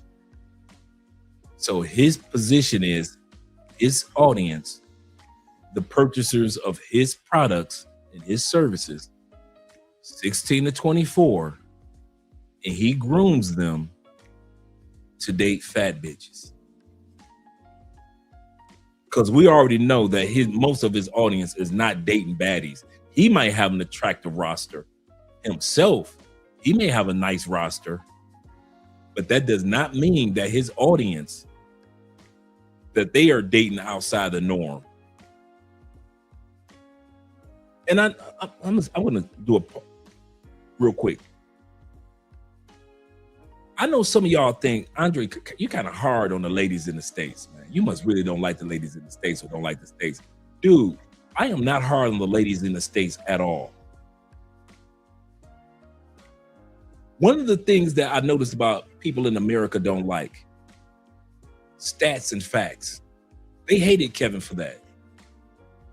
They hated Kevin for being one of the first brothers to just present something that all of us could look up. Stats and facts. Whenever I say something like among black women, among women, all women in the United States, 70% are considered overweight or obese. You can look this up. I'm not saying something out of hatred or malice. I'm saying that normally when you are in the United States, if you walk into any Walmart, black or white, doesn't matter, for the most part, that Walmart is full of big bitches. It is what it is. I'm not hating on you guys. I'm not doing a nah, I'm out here. No, it's nothing like that.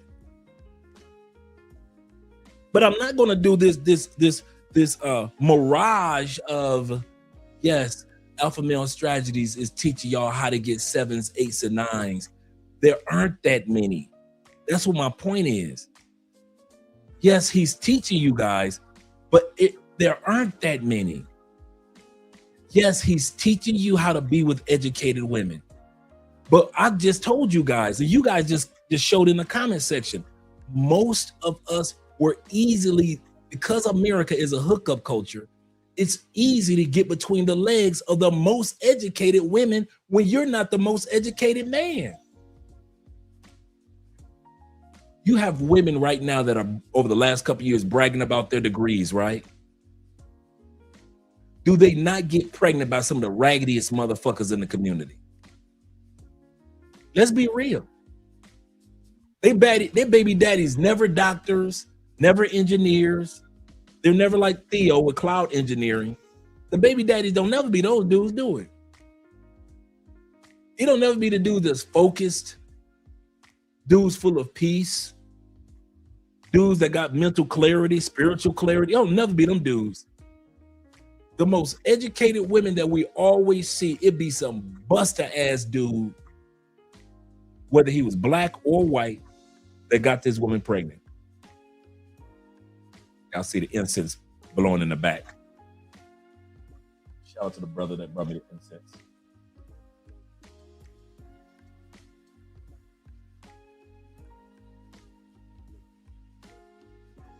It'll never be those brothers.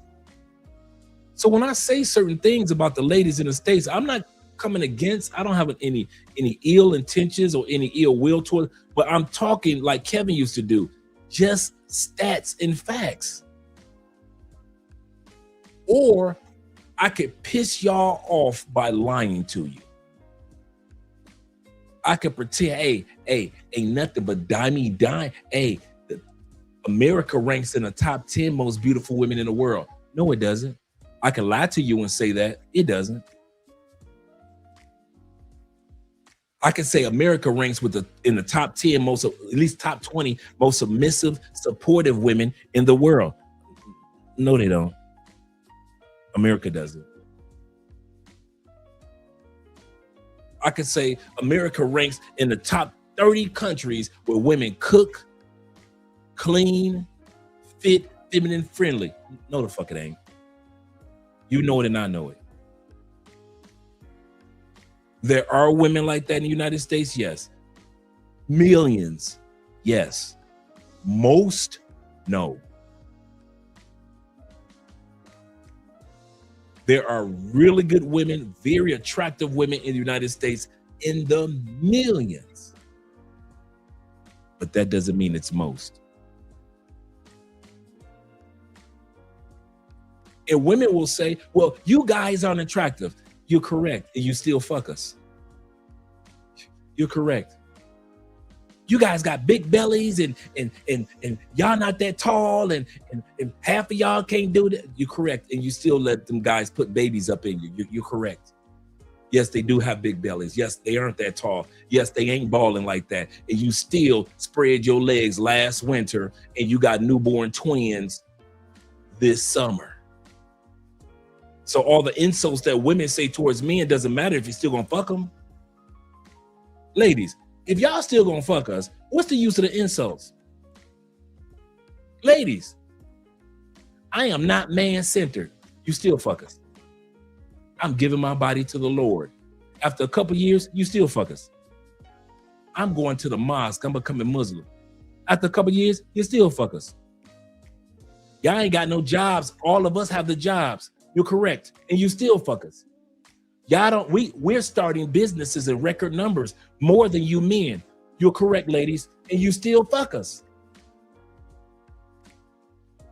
We own more houses than all the men. Ladies, whether you're black or white, that's true. And you still fuck us. So everything that you brag about is noble. It's great to see that statistically right now for the second time in U.S. history that there are more women that have jobs than men.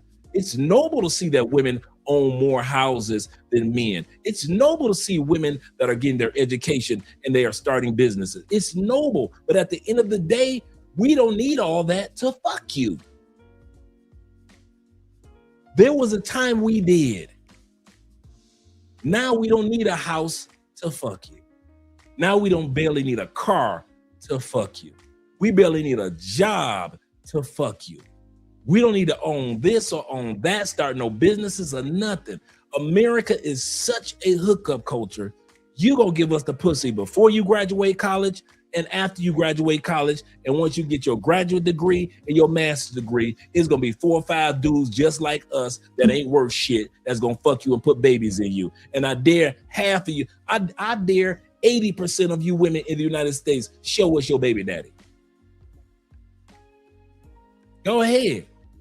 That's the next trend. The next trend in the United States should be the baby daddy show off trend. The baby daddy effect or the baby mama effect trend. We will keep it the baby daddy effect.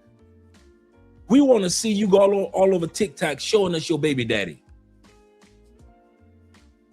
All you professional women and degrees and all this, show us your baby daddies. I ain't got to show you shit. I know you ain't got to show us shit because he ain't shit. You either he ain't around, so you can't show the baby, show the man, or you ain't got no photos of the man. Half of you ladies let us fuck y'all. Y'all ain't even got a goddamn photo of us. If the police asked you, well, show us what the dude looked like that fucked you.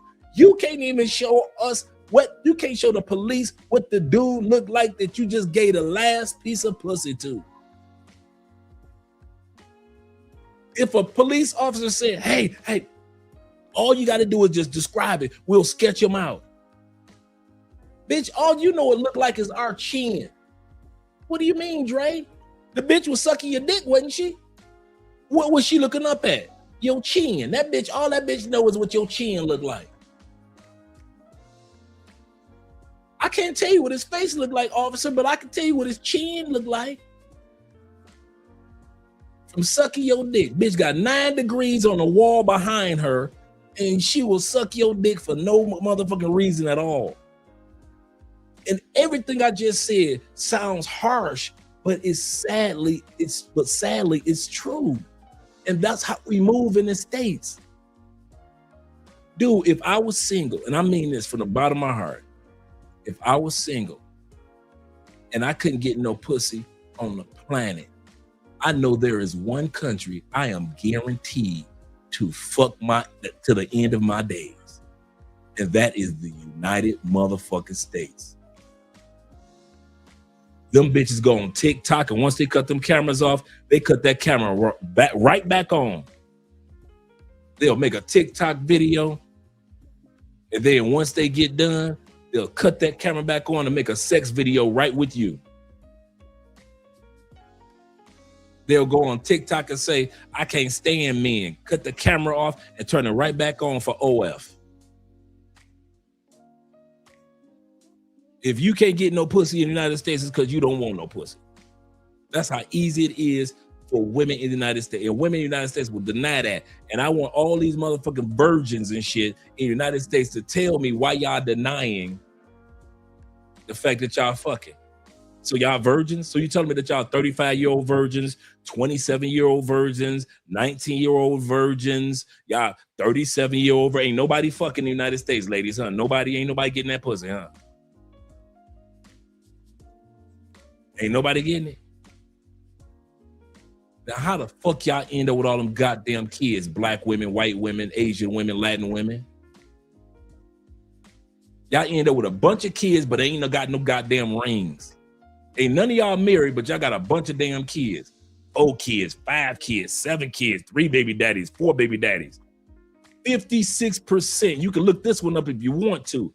56% of mothers in the United States have multiple baby daddies. So why y'all want to cuss and fuss at Colombian women for having the most kids outside of wedlock? Boy, y'all can't talk United States. Some of you dudes in the comments might be sharing the same damn baby mama. And this dude want to sit up here and tell us that we not his audience, and his audience are kids that are impressionable young men between the ages of 16 to 24. That's been his audience that's made him $1 million And we are not mad at you, brother. I'm gonna tell you that now. But we never said we were your audience. So that argument is moot. You just talking to be talking. Let's bring that beat back. Thanks, brother.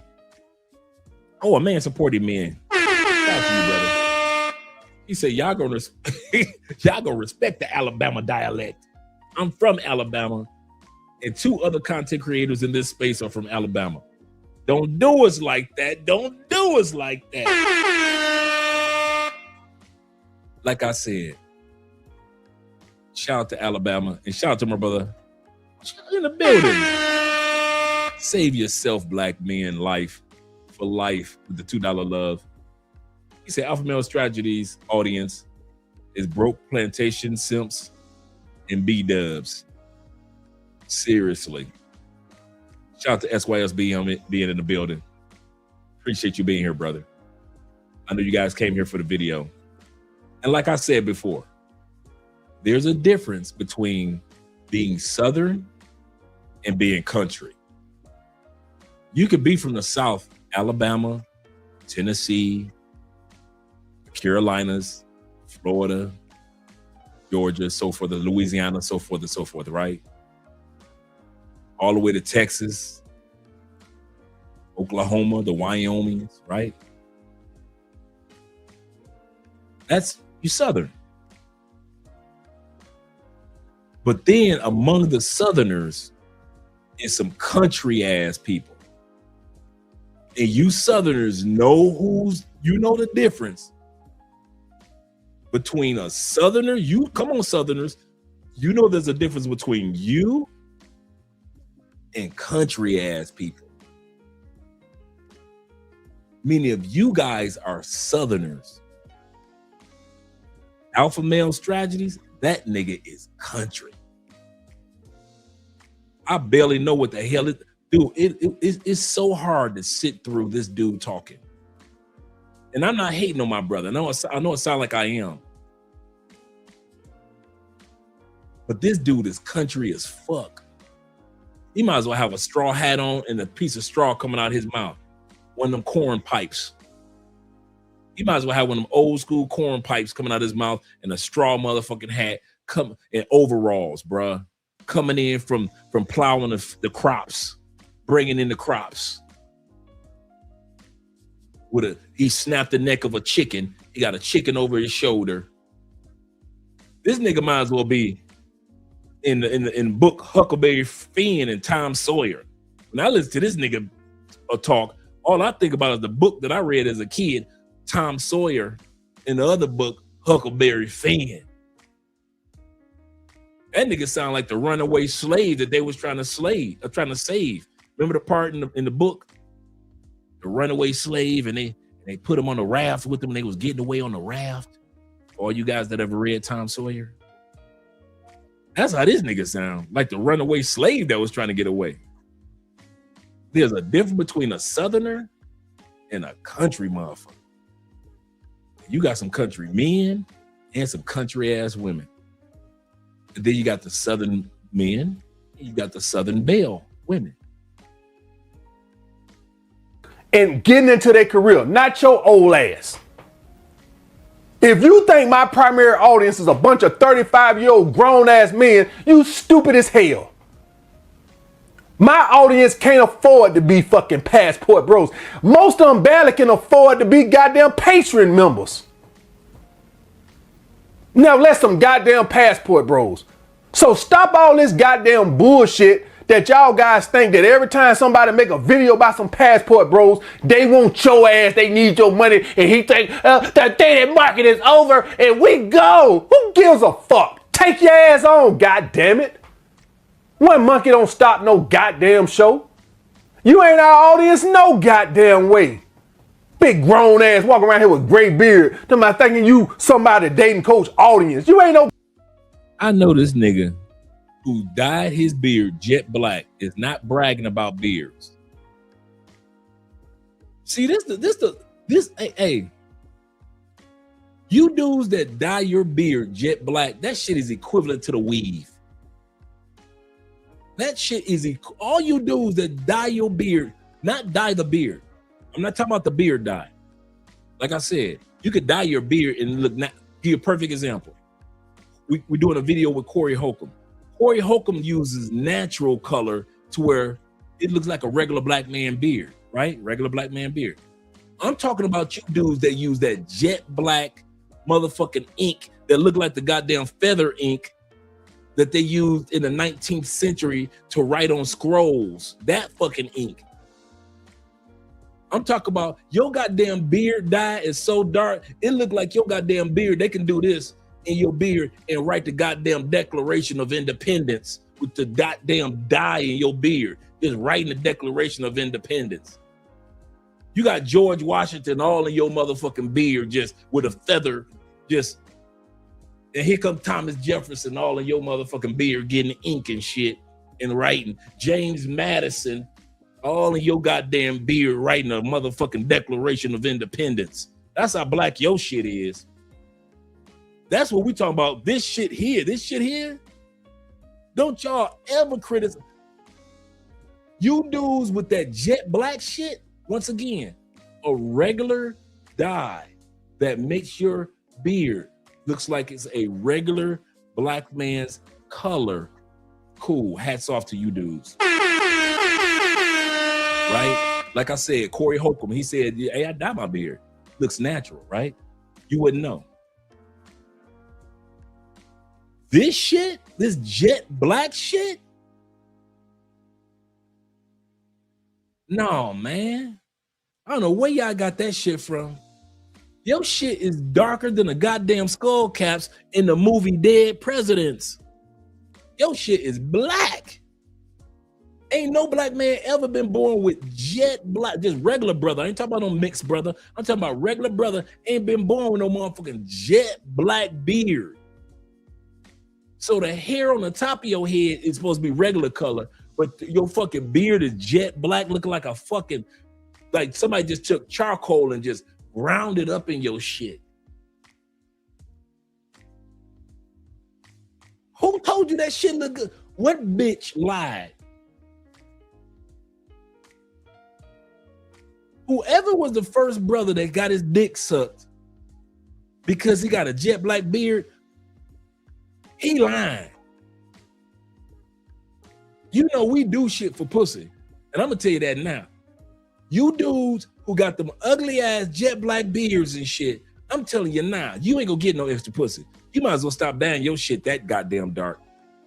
That is some insecure shit right there. That's some, I'm talking about, that's some insecure shit. Anytime your shit look like this equivalent color to tar, you got tar on the roof and your jet black ass beard, Dre, it's my beard. I do what the fuck I want. Fuck you. You're correct. You're correct. And I'm going to keep on laughing at your ass. See, it's your right to have that jet black ass, dark ass beard looking like a shadow for your neck and face. And it's my right to laugh at your ass. And every time I see you niggas with the jet black beard, I chuckle a little bit. It's like a little burp. It's like a little Michael chuckle, a little Michael Jackson chuckle. Every time I see you motherfuckers, I just be Shalom. And y'all be walking with pride like y'all the shit too. That's the funny part. Y'all be walking with pride into church. Sunday morning, y'all beard be jet black and shit. Y'all walk through that goddamn church like I'm fucking every bitch in here. I'm fucking every, this is America. Y'all motherfuckers going, I'm fucking every bitch in here. That shit ain't never got you one extra piece of pussy. Bruh, she was gonna let you fuck her before the jet black beard. I'm sorry. You could have just dyed it a regular brother's color and you still would have got the pussy. You'd have still got the pussy. So all you dudes that trying to do like alpha male strategy with that dark ass beard, man, y'all need to cut that bullshit out. I don't know why we as black men didn't tell each other, because that shit like a new trend. That shit went around before the pandemic. It wasn't that many brothers dying they shit jet black like as it is now. You saw every once in a while, you saw a brother that you'll see that shit and you just go, hee, hee, hee. Every once in a while. After the pandemic, I don't know where this insecurity among black men came from, but you motherfuckers looking like Cornelius from the toy island on Rudolph the Red-Nosed Reindeer. You got to stop that shit. I'm serious. You ain't never seen no motherfucker successful. When the last time you saw, okay. When the last time you saw a senator with a jet black beard among the black senators? Never. Okay. When the last time you saw a famous inventor among black men? Famous inventor with a jet black beard? Never. Okay. Famous author? No famous authors? Gotta be engineers then. No engineers?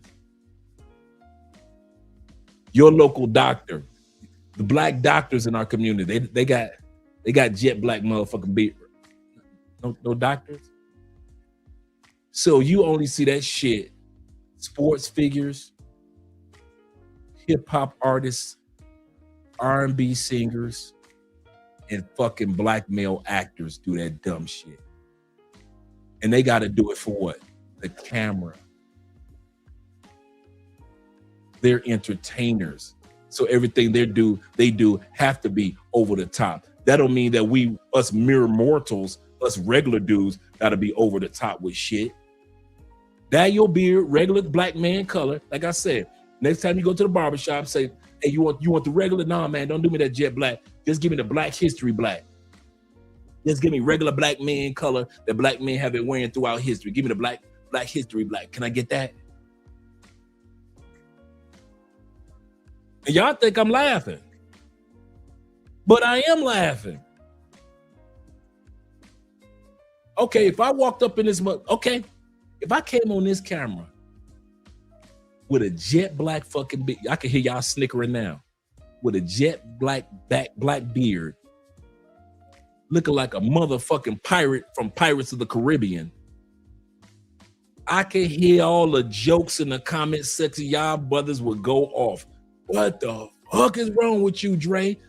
Wash that shit out your face. You ain't that young no more. Let it go, Dre. Let it go. Let it go. You're not young like that anymore. Right? If I came on camera and I said, wait a minute, but it's for YouTube, guys. I'm on camera. I want the jet black.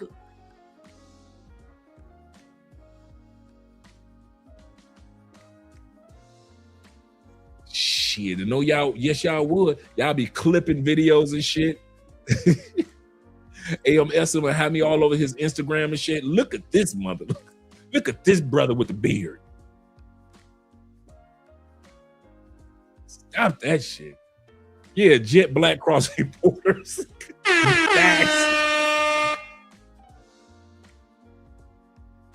Shout out to Zeus in the building.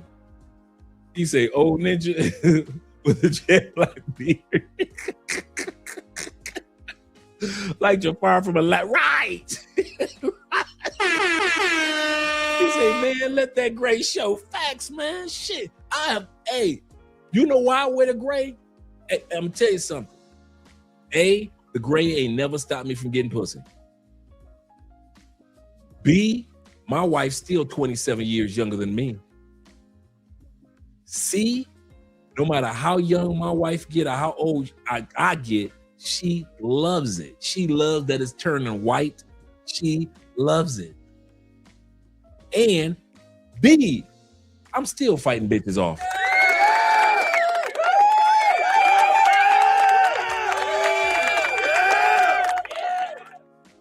Nigga, I had gray hair growing in when I was in Medellin. You think I would stop fucking because of gray hair? You think I was looking at, I had bitches, look, oh, I got gray hair now. I'm in Medellin They ain't gonna want to fuck me. I might as well go pay for play. The hell I did? Shit, I was fucking bitches of all ages.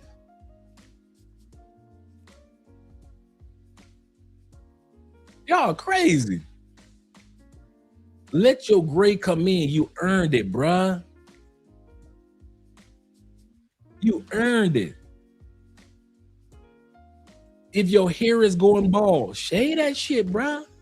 You can't save that shit.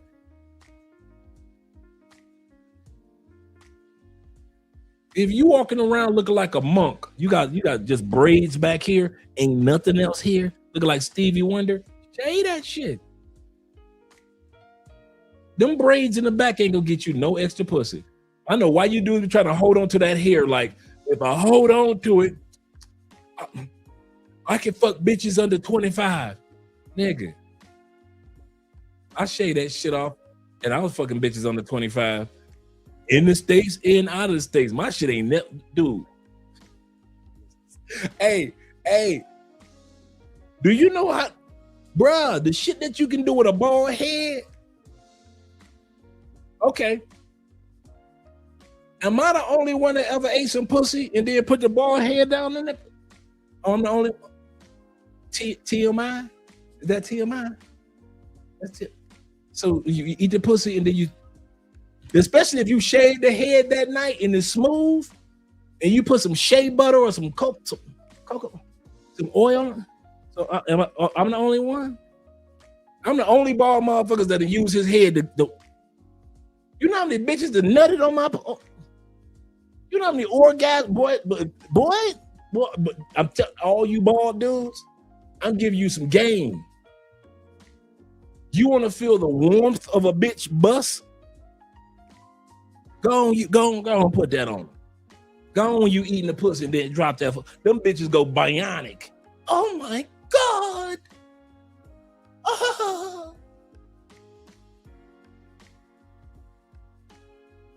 I'm that shit, boy. When I was out, man, I had to do like, I had that shit on me like curl activator. I had pussy juice on me. Hell yeah.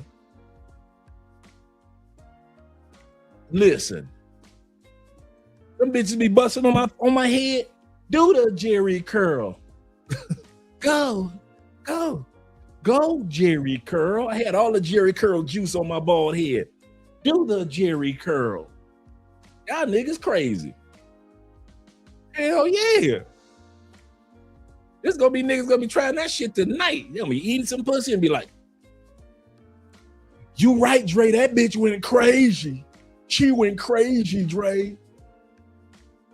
That bitch told me she loved me for the first time.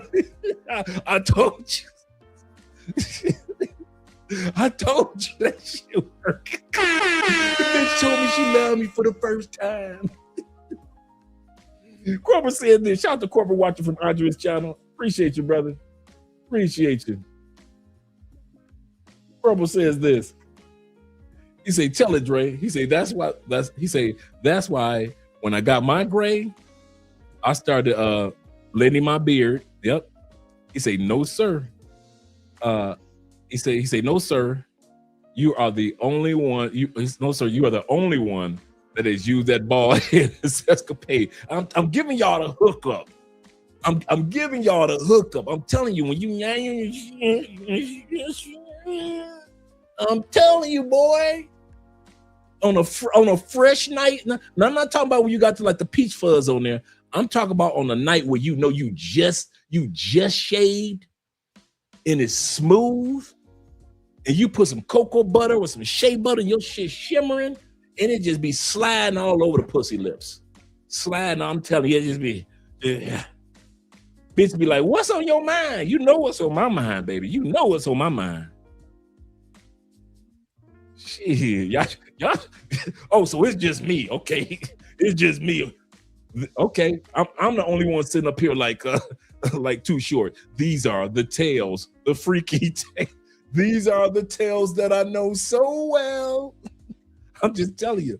AMS, he say, after eating the cat, he said I had to wash my facts. Wash my beard because of the juices, the herbs and spices.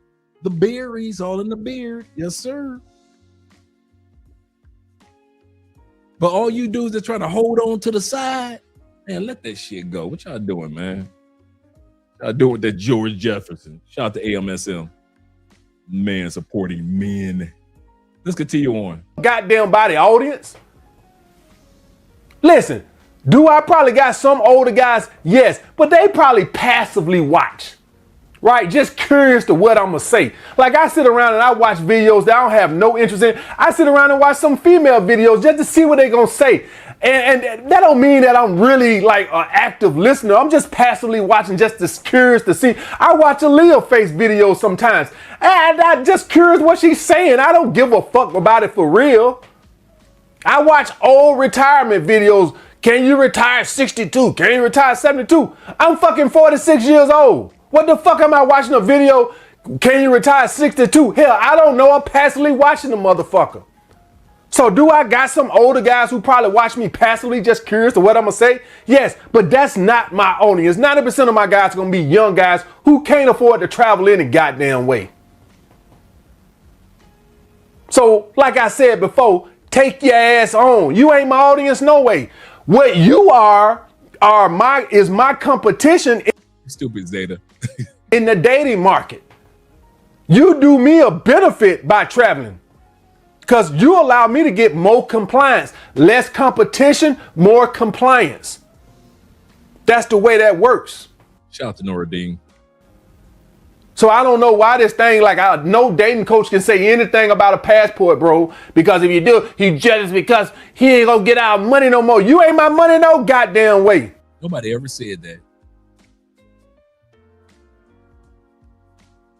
Bruh, you never got our money before passports. And you won't get our money during passports.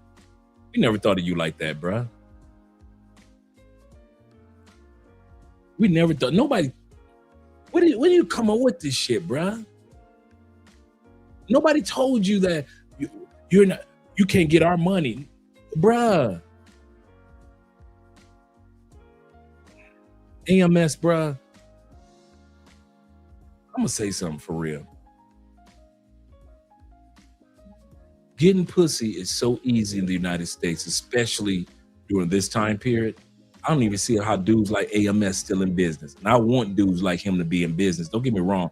I never think about messing up another man's money. I don't see how a dude like him is still in business. It's so fucking easy to fuck in the United States. Now, to get all the other things is hard. I'll say that. Get a bitch to make you a plate. To get a woman to pray for you these days.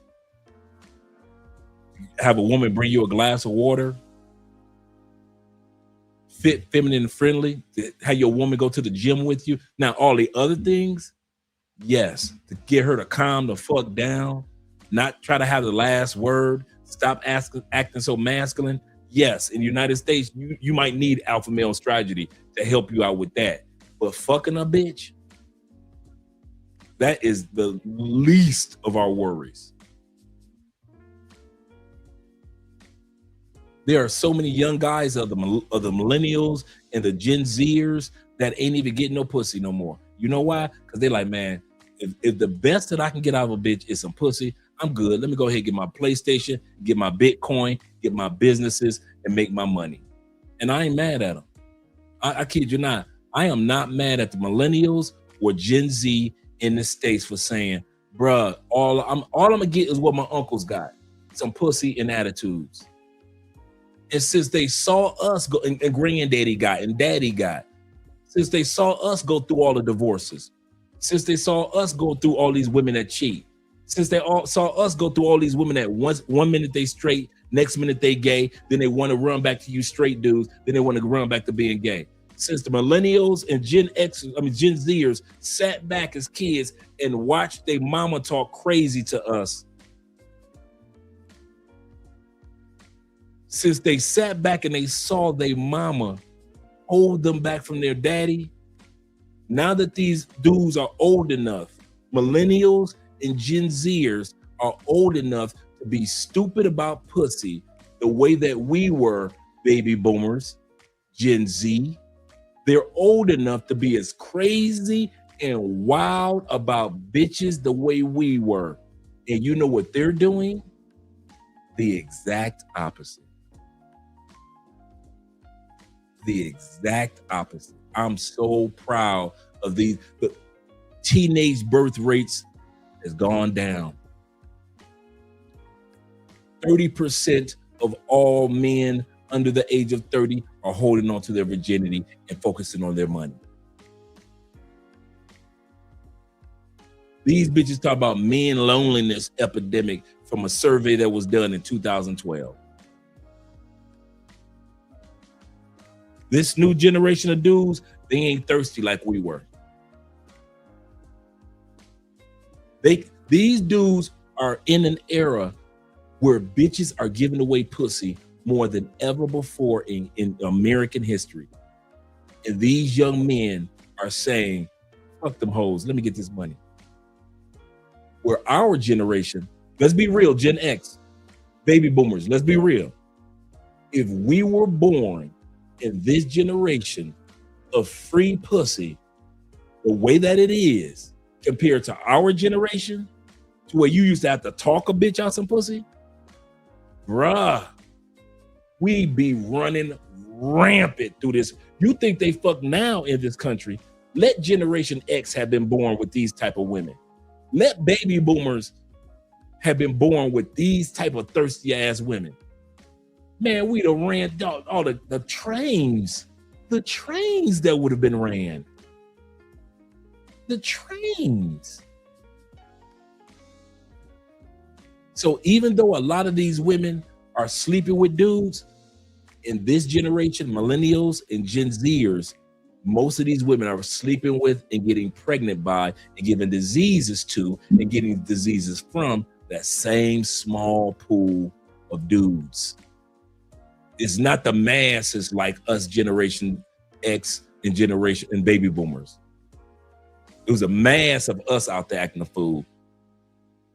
These young dudes is just a pool that's out there acting a fool. And the rest of these young dudes are far more focused than we were, got far more dick discipline than we had. And the bitches want to call those dudes lonely. Those young men now are focusing on their peace over pussy. And I'm going to tell you something. I'm jealous. I'm jealous of you Gen Zers.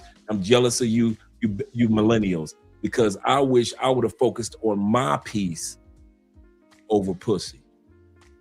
But I was raised during the generations of pussy over your peace. Soon as think about all them songs we had. As soon as I get home for work, I'll pay your rent. I'll cook your dinner too.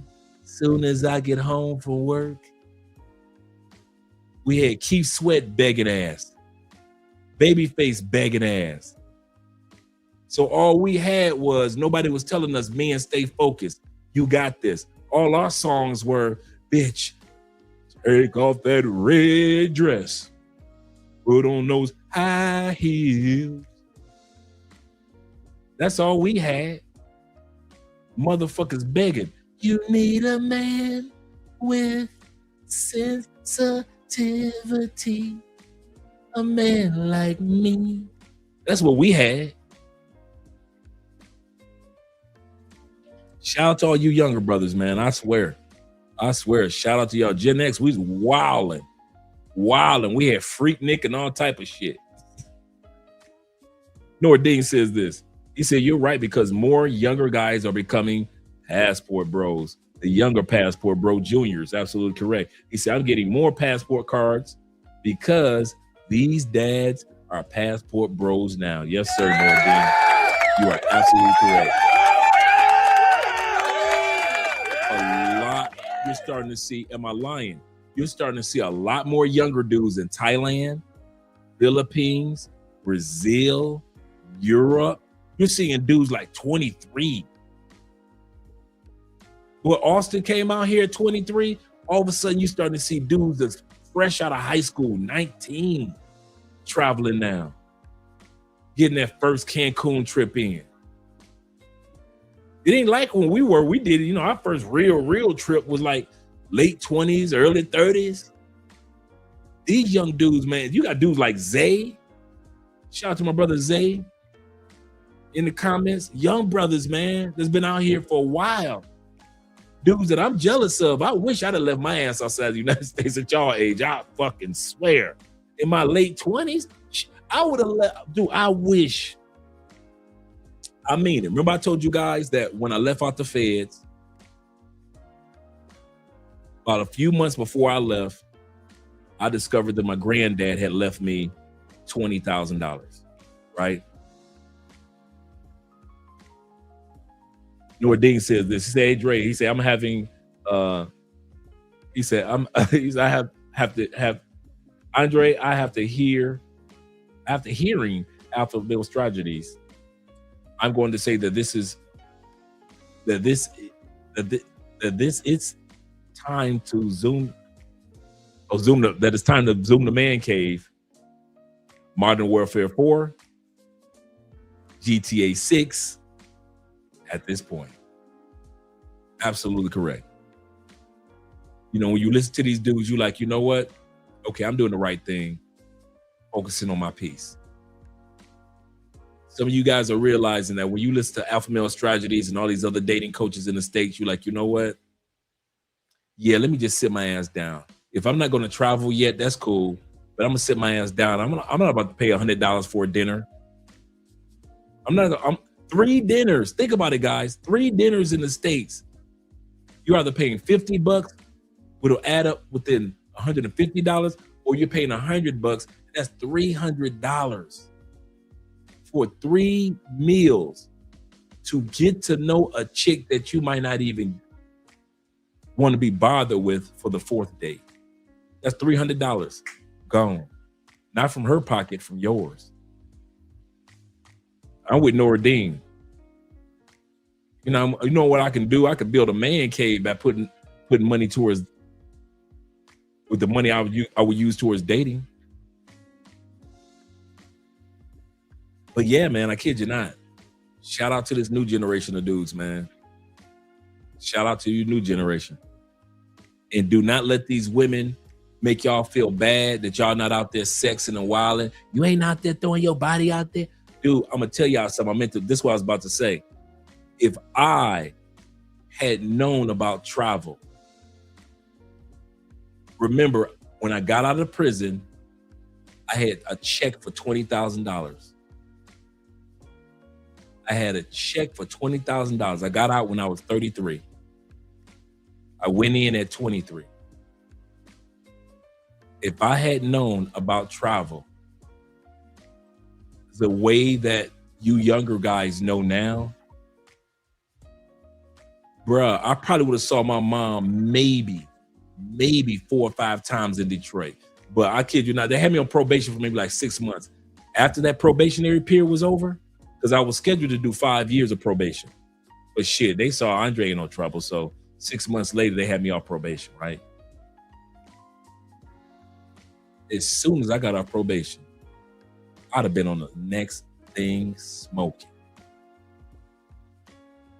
I'd have been on the next. So hats off, salute to all you guys that started traveling in your 20s. Whether it was you military guys, salute to you guys who are traveling and learning the world in your 20s, all you digital nomads, all you expats, all you guys that just decided in you passport bros, blue book gentlemen, passport car, salute to all you guys that started in your early 30s or late 20s or even early 20s. Shout out to you dudes, man. I wish I would have had the discipline in my 20s and early 30s to do what you guys had done. Because if I had known about this shit, me and that $20,000, and just imagine me taking $20,000 outside the United States back then.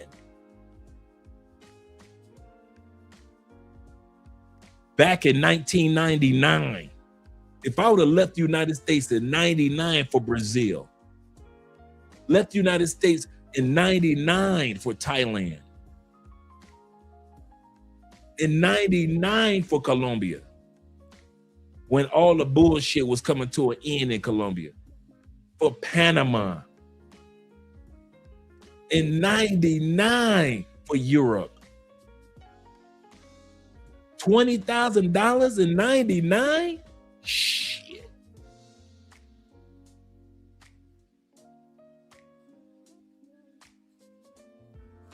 He said, you're right, because when I was, he said, you're right, because when I was and now a school bus driver, shout out to you and all the school bus drivers out there. He said, I saw my students as young as 10 years old on my bus, and every one of them had a passport at 10 years old. And that's why I respect you young dudes, man. I bullshit you not. Y'all not doing the stupid shit with y'all dick that we did. And I'm serious. I'm gonna end it with this, and we're gonna go back to alpha male strategies. Don't fuck that up. Don't put yourself in a position that in your 20s you had dick discipline. Don't fuck it up don't listen to our numbers. Don't get jealous of, the dude that was with the 200 women and I've been with 300. Nigga, if you only been with 5 women in your life, bruh, don't fuck that up. I'm telling you by experience, that shit is not, bitches are not worth it. That peace that you young Generation X and you millennials are building, keep building on that shit. All you monk mode dudes, keep building on that shit. All you dudes that all the young dudes that we know that's holding out on their virginity, keep holding the fuck out. I'm telling you, dog, being with 100, 200, 500, 1,000, 2,000 bitches, I'm telling you, dude, by experience, that shit is a fucking distraction, and it was not fucking worth it. It was, none of them bitches was worth it like that. 90% of the bitches, I couldn't even tell you what the fuck their name was. Don't you ever be envious of any of these motherfuckers talking about I can get 50 bitches. I got 60 bitches in my phone. Don't be jealous of them dudes. Stick to your 10s and 20s, bruh. I've said this throughout the years on this channel. I wish the fuck I was down there, but with the dudes that only had 10 and maybe 20 bitches in their lifetime. I bullshit you not. Don't be jealous of them pay-for-play niggas. Don't be jealous of us players. Don't be jealous of the motherfuckers that were just the pretty boys. Don't be jealous of none of them motherfuckers, because ain't none of them niggas gonna be as honest with you as I am and tell you them bitches was not worth the time, the energy, the money, and the attention that I fucking lost that I could have put off into other shit like you young dudes are doing. I wished I'd have focused on my fucking piece instead of fucking focusing on getting a piece. So don't be jealous of us, man. Keep your fucking numbers low. I'm serious. Keep your shit low. Fuck your boys that's going to another country and they can fuck, they're going to DR this weekend and they're going to fuck 25 bitches a piece. Let them. Cool. Hats off to them. If you the type of dude, hey, I'm in DR for the weekend, all I need is 2 bitches. I need one to fuck and suck at night, and I need one to fuck that's gonna show me around the country during the day. That's all. I just need 2. I really, if I could do it with one bitch, I'm good with that. Do it like that. Do it your way. Do it your way. Don't be a follower, dog. I'm telling you, don't be trying to get your fucking numbers up in the name of that you seeing all these niggas with their numbers up high. Nigga, I done fucked 70 bitches. Don't do that shit. How many bitches you have, nigga? I've been with 3,000. Don't do that shit. Do not be jealous of them niggas, bro. I'm here to tell you, as your big brother, as your uncle, I'm here to tell you that shit is far, far, far from worth it. You don't remember them bitches. I couldn't even tell you 90% of them bitches' names, faces. I can't tell you nothing about them bitches. Did we go out to dinner? Did we not go out to dinner? Did we have a drink? Did we not have a drink? Was it at her house or was it at my house? That's how irrelevant pussy actually is in the grand scheme of chasing them bitches like that, bruh. I don't know if anybody ever told you young dudes that, but I'm telling you, man, I'm proud of y'all dudes, man. I'm fucking proud of y'all. because you didn't do the stupid shit that us baby boomers and Generation X did. And we was, dude, Freaknik was nothing but a symbol of who the fuck we were already long before there was a Freaknik. You didn't need Freaknik to show you that we was out there acting a goddamn fool. Every city had its own version of a Freaknik. We was all out there wilding in Generation X and baby boomers. And I'm serious, when these cameras go off, man, fuck them dudes with all them high ass numbers. Don't you feel ashamed? I don't care if you've only been with 3 bitches in your life. Bruh, hold on to that shit, because that means that you've been spending more time focusing on your piece and not focusing on trying to get a piece like our stupid asses. And I know what some older dudes that go to me, I'm gonna still be fucking these hoes. Fuck them, dog. I ain't telling you not to fuck them bitches. All you dudes that want to run your numbers up, run them up, nigga. Run them up. But I bet you ain't none of y'all can put in the comment section and tell now one of you dudes that fucked as many bitches that I didn't fuck, and I know a lot of you dudes have, can't none of you dudes tell me all them bitches was worth it. I can tell you out of all the bitches I fucked, maybe 7 was really worth my time. Maybe 7. And I'm stretching it, maybe 7. All them other hundreds and hundreds and hundreds of bitches, nigga, I might as well had took knitting classes and learn how to knit sweaters. That's how valued them bitches were. I might as well had took some knitting classes, some pottery classes, learn how to make some vases and shit. I should have took some classes to do the blowing, or when they blow the glass and shit, and they make their glass into different shapes. I might as well took some art classes and shit, other than fuck all them bitches. A waste of goddamn time and energy and money. I mean, a waste. And I know a lot of you dudes don't say, nigga, fuck that. All my bitches was worth it. Not mine. And most of you dudes that say all your bitches is worth it, you lying. Nigga, you lying. Tell that to a nigga that ain't fucked a bunch of bitches. That's why I'm trying to tell these young men the truth. I am happy that they being more disciplined than we were. I'm happy for them. So stop trying to promote this. Yeah, we were getting all them hoes. We were. Now where them bitches at? Half of us, fellas, half of us can't even name 30 bitches that we fuck. Half of us, we can see the bitch face in our mind.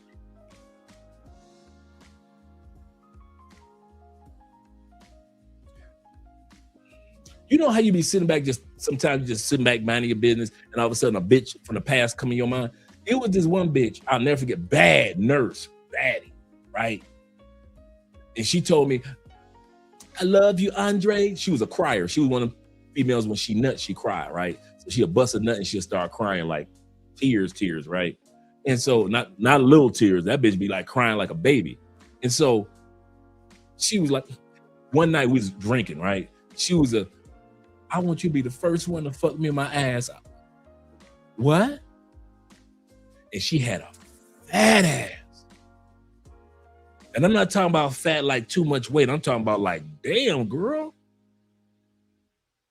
I want you to be the first one to fuck me in my ass right now, Andre. Fuck me in my ass right now. Will do, ma'am. Will do. If you ask me, and I was with that chick for 2 years, if you ask me what her fucking name was with artillery to my temple, I couldn't tell you who that bitch is.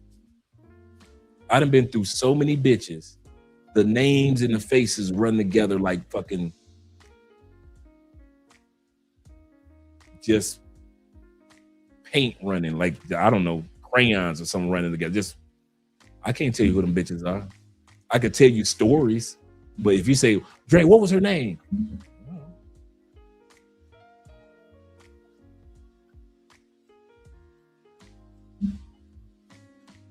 I can't tell you shit.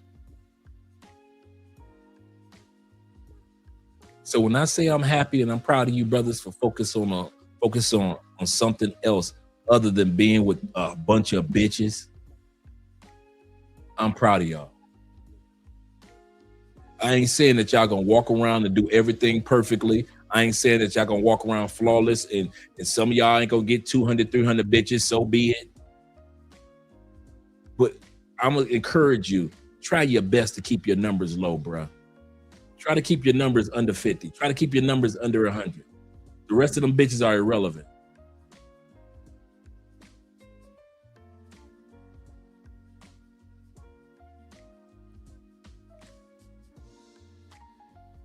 Fucking too many bitches is like looking at Lil Wayne's sports car collection. Beautiful. Beautiful collection. Wayne has never driven any of his own cars. He said, I haven't driven in about, he said, hey, it's got to be like 20 years. And this was like 5 years ago when I saw that. In other words, it looks cool to have it, but you can't do shit with it. It's cool for Wayne to have the collection, but he ain't doing shit with it.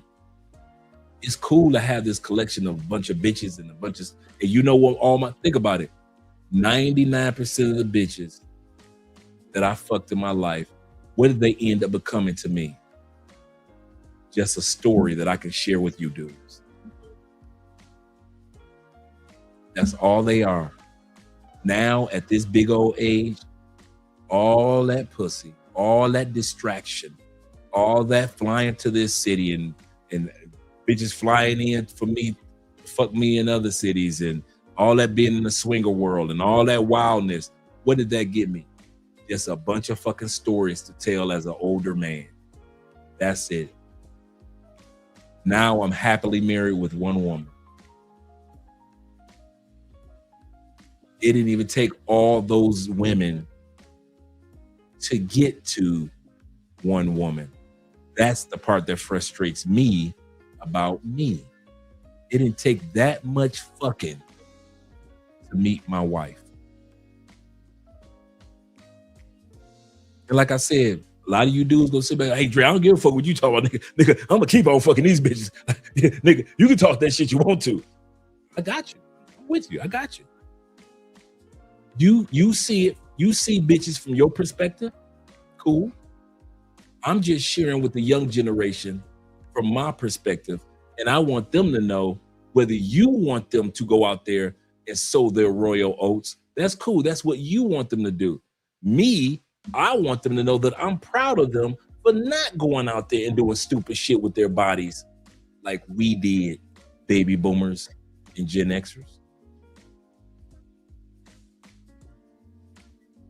That's what I'm trying to share. Shout out to user in the building. He says this. He said, I wish I had had this advice when I was younger. Salute. Me too, bro. I ain't gonna lie to you. I ain't gonna lie to you. That's why I say it, man. That's why I tell these dudes, man, these young dudes with passports that's traveling, that are focusing more on their piece than getting a piece.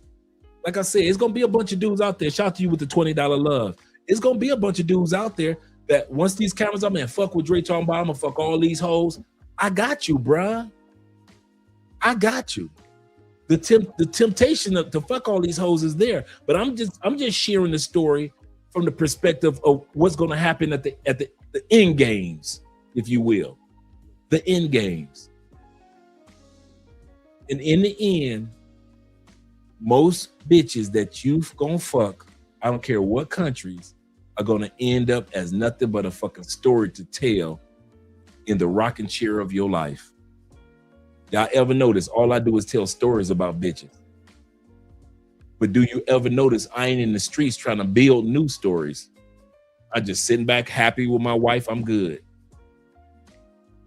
And I wish I had this type of wisdom younger.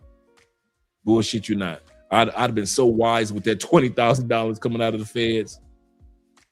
I'd have been so wise. But I didn't know. I didn't have anybody around to encourage me when it came to travel. I was 33. I could have been gone by 36, 37, enjoying the world.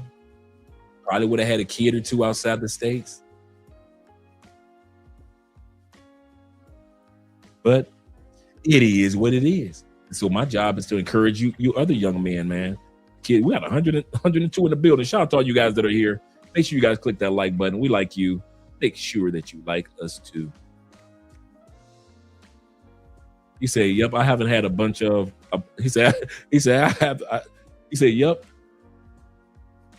Didn't have a bunch of this advice or a bunch of this information. Yes, sir. You say, that's a fact. David said, that's a fact. High body count was never a flex in the long term. It wasn't. Man, I thought it was. I was one of them dudes that was kind of envious at a young age of all the dudes that had higher body counts. I'm like, damn, I only had a couple bitches. These niggas fucking the whole neighborhood. Damn, I done done something. Because during Generation X, we didn't have anybody realize. We're going to come back to alpha male strategies. Do realize Generation X, men, we were the first generation of mass baby mamas in the Black community in U.S. history. Prior to our births in the late 60s, early 70s, children born in the Black community were born to families, 80% were married. My mama born into a marriage. Fortunately, I was born into a marriage, but my dad died when I was 1. But at that era, my mom and all y'all moms, granddaddy was married to grandma, right? For the most part. Then our generation came, Generation X, or the late baby boomers came. And marriages in the Black community start to shatter. We were the first kids born and or raised by single mothers. No male or very little male, except for our uncles and other male volunteers in the community and in church, but very little male day-to-day in the house influence, like the prior years of the late 60s, early 70s. So we had nobody around to give us this type of advice that I'm giving you guys. We ain't had nobody. We were the first latchkey kids. See, if you're a Gen Zer, you don't know what the hell a latchkey kid is. If you're a late millennial, you don't know what a latchkey kid is. Latchkey kid is we went to school with our key around our neck. Latch key. And the door latch key. We were the latchkey kids. You went to school, your mama was at work, you made sure you made it home, made sure you fed your little brother and sister if you were the oldest. You don't let nobody in that house. I don't care if your damn grandmama standing outside with a Bible in her hand. You better not let nobody in that house. Don't call your mama on her job unless it's an emergency. Make sure you get the kitchen clean. Make sure y'all take them damn school clothes off when you get in the house. And make sure you do your chores. Do not let your mama come in that house and you did not do your chores and that kitchen is not clean and y'all did not get y'all homework done, but you outside playing. She gonna play on your ass. We were latchkey kids. We were cooking for our brothers and sisters at 9 years old. We were 11 years old cooking fried chicken, frying fish, frying bologna sandwiches, making mom SpaghettiOs, tomato soup and grilled cheese sandwiches with the government cheese, the thick government cheese. We were latchkey kids. We didn't have that male role model. We were the first ones without male, true day-to-day male influence. Many of us had to discover our manhood in our late 20s. Let's be real. Come on, Generation X. In our late 20s, early 30s, And many of us are still working it out in our 50s, going on into our 60s. You trying to, shake off some of the shit your mama taught you about manhood that was wrong and put on the true cloak of manhood. And sometimes it takes a few more years. But as I look at this new millennial of men, y'all ain't as thirsty as we were, man, about pussy. Now, like I said, that small pool of ninjas out there that'll fuck anybody and make baby mamas out of anybody, you always had ninjas. I'm talking about you young black men, not ninjas, black men. Y'all way more responsible than we were, bro. And I want to give you guys hats off. Way more responsible.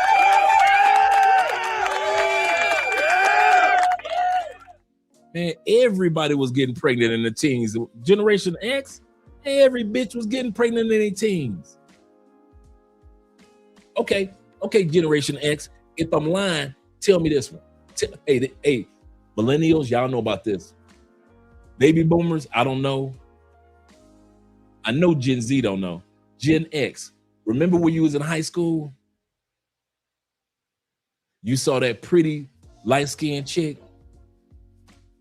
What was a common term in high school? Man, I want to get her pregnant, man, so she'll never leave me. Am I lying? Ooh, look at that chocolate chick. Damn, she's sexy. Man, I want to give her a baby.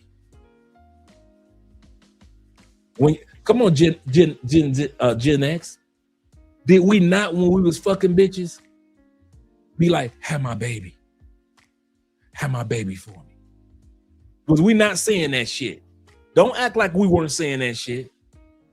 We wanted to get pretty ass Tiffany pregnant because we said she will never leave us. We was balls deep in 17-year-old pussy telling the bitch, have my baby. Have my baby for me. I want you to have my baby. And that young girl don't know no better. And she was letting us bust deep up in her.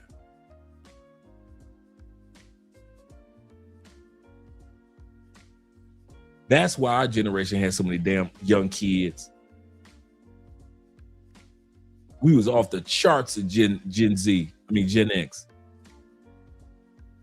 He said, yeah, we did. Damn, I gotta fuck her. Dude, I want her, man. We'll have some pretty babies. Did we not say that shit? We'll have some pretty babies. And then the R&B music had us simping. So we ain't got no daddies in the house for the first generation. And we got R&B music, got everybody simping. So Gen X don't know what to do but to fuck. Ooh, we have some pretty babies. We always said that shit for right. We have some pretty babies. Have my baby for me. Have my baby. This young girl don't know no better. She's saying yes. So when I sit back and I say that I am very proud of the direction that many, not all, but many of the millennials and many of the Gen Zers, the direction that they're going, and they're not moving with that same thirst for sex as we did. Shit, I'm proud because I wish that I had some discipline. He said, yeah, them 80s and 90s. Yeah, we all had us on the chokehold. We had songs out called Whip Appeal. Terms like she got your nose wide open. We fucking so much. Damn, dog, she got your nose wide open. Is the pussy that good?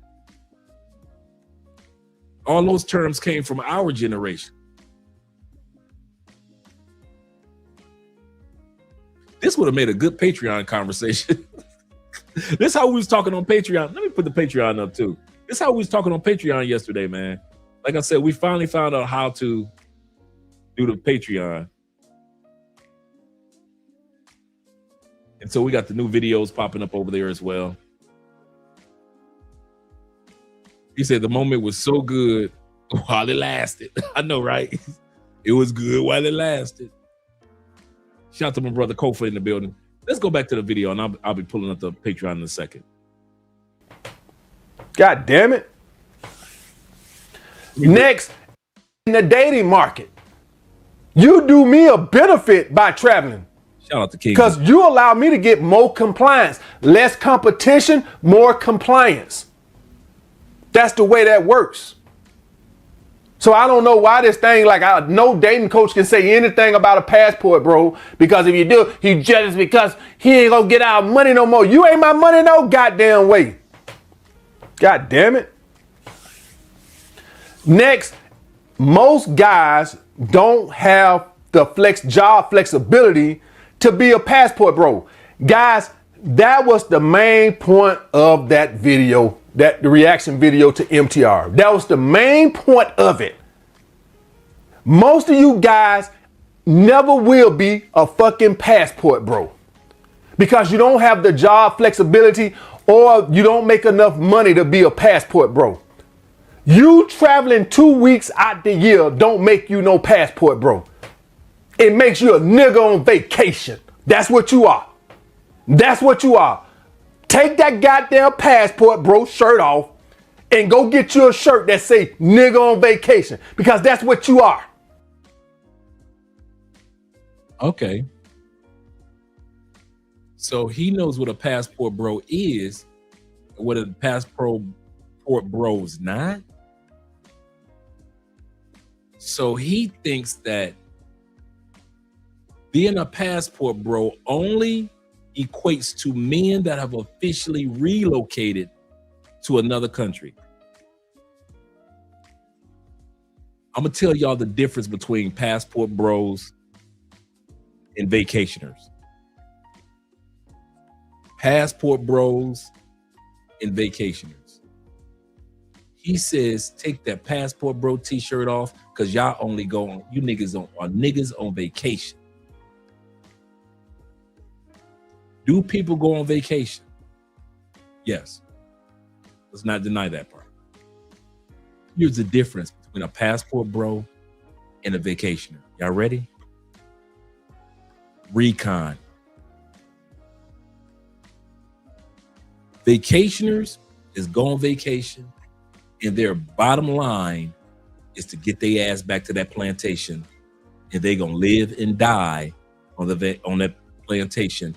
But they'll go visit places, but they know in their heart they are never leaving Chicago, never leaving Philadelphia, never leaving Jersey, never leaving Tampa, never leaving Oklahoma or Reno. They are never leaving Tulsa, right? But they'll go on vacations. Passport bros go on recon. We will go country to country to figure out which one I want to move to in the next 10 years. That's the difference. You might sit back and say, you know what? My son is, he's only 7 right now. But that don't mean I can't do recon. That don't mean I can't go to see if, I can set my plans, go to Thailand for 2 weeks while he's with his mama. And go to Thailand for 2-3 weeks, see if that's where I want to go, or if it's the Philippines while I'm out there. Okay, cool. He's 10 now. Let me see if Europe is my spot. So I'm gonna schedule a trip for about 2 weeks or a week. Let's say even a week. I'm gonna do a day or two in Portugal. Europe flights are super cheap, so I'm gonna fly from Portugal to Spain next door. Okay, I'm gonna take the train. It's only a 2-hour train from Madrid to Barcelona. Okay, cool. It's only another 2-hour train from Madrid to France to Paris. So okay, cool. Let me do some recon. So by the time my son is 13, I done got about 5 or 6 countries up under my belt to choose from. And I'm gonna take him, okay, he's 16 now. I already talked to his mama. I'm gonna take him to Colombia with me on his first little trip. I got his passport. Yeah, my little man. Okay, yeah. That's the difference between vacationers and passport bros. You are always doing recon. You are always looking around to see, can I live here if I decide to leave the United States? If anything ever happens and I needed to skedaddle, could I live here? Vacationers don't think like that. They go on vacation, they're having their fun, they're kicking back, they're having their mimosas, and that's all they want. And they want to take some photos and videos and go back home, show the family, and then they just move on with their life. They go on another cruise or another, Cancun trip. Those are vacationers. Passport bros are always plotting and always focusing on recon call. We're always plotting, preparing ourselves for our next trip.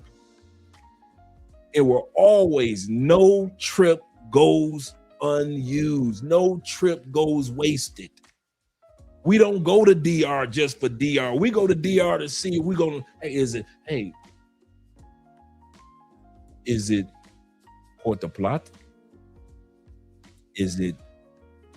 Could I see myself living in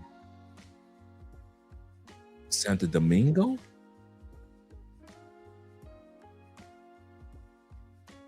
Or any other part of the island?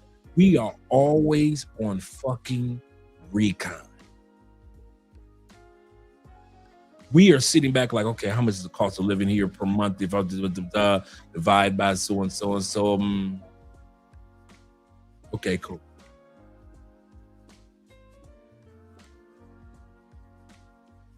Don't y'all ever get vacationers and blue book gentlemen, passport bros, enlightened men fucked up.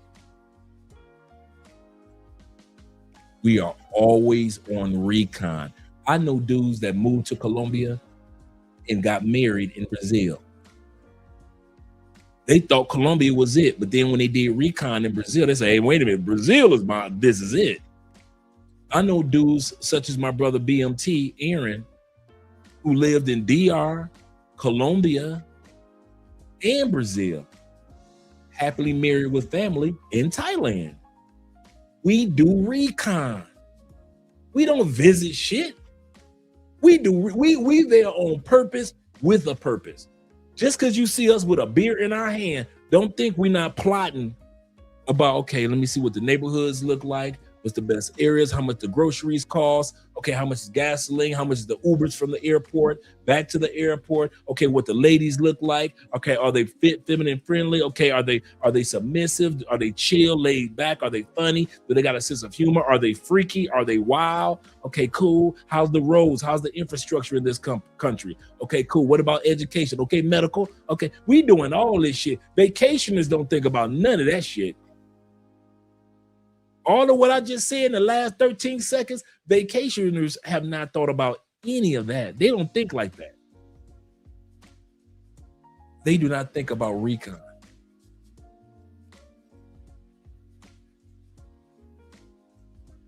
But passport bros do. And that goes to show you back that alpha male strategy still doesn't understand what we do and what we're about. He just making assumptions. Shout out to my brother, Kings and Dreams, once again. What up, Doe? What up to you, brother? Glad to see you're here. Glad to see that you're here. Hey, sexy boo. I was thank you. That's what I thought. How was your presentation? Uh-huh. All right, Miss French class. Andrea had a final for this particular level of her French class. She just had her presentation in class today. So I made her a French PowerPoint slide. She did good. Shout out to my brother Scream being in the building. Says this. He said, you cooked. He said the one side passport bros. He say, and the Southeast Asia. Yeah, man. He said, this guy's too funny to me. Yeah, he mad. He mad, man. I don't know why. Just because you bleach your beard doesn't mean that you don't have gray hair. Facts. Facts. The King said that video made me laugh. Andrew says, he said, there are several TikTok videos of young people traveling on a budget. He said, I don't get it. Yeah, they're out there doing it. Shout out to Gabriel in the building. Says that he said AMS is hilarious. I mean, he his feelings, ain't he? He mad. In the words of Plies, you big man. You big man. Kings and Dreams say, talk to him, Dre. All facts. Yes, sir, man. You ain't gonna just put us in. Did he really think he was gonna put this video out and we weren't gonna react to it? Andrew says, I guess I'm a recon vacationer. Right. He said, I did that while I was in Cali and Bogota earlier this year. Possibly Buca Grande is next. You'll like that area. Even though I butchered the name, we were there about 3 years ago for a wedding. It's beautiful, man. And there's a lot of money there. It's like right outside the outskirts of Venezuela. He said vacationers play checkers, real BBGs play chess. Yes, sir.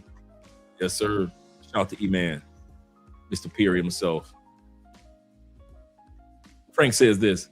Shout out to my brother Mixed American in the building as well. Them Ohio players. Roller coaster. Frank Tate says this. He said, yes, we get the lay of the land. Absolutely correct. Completely different than just being a dude or in some cases the ladies that vacation. Yeah, he made that face. He made that face himself, that plantation bro face. Shout out to Cartagena. Yes, sir. For the win. Plantation bros not letting anyone look at the U.S. in mass. Warden. The warden is ASM. The AMS.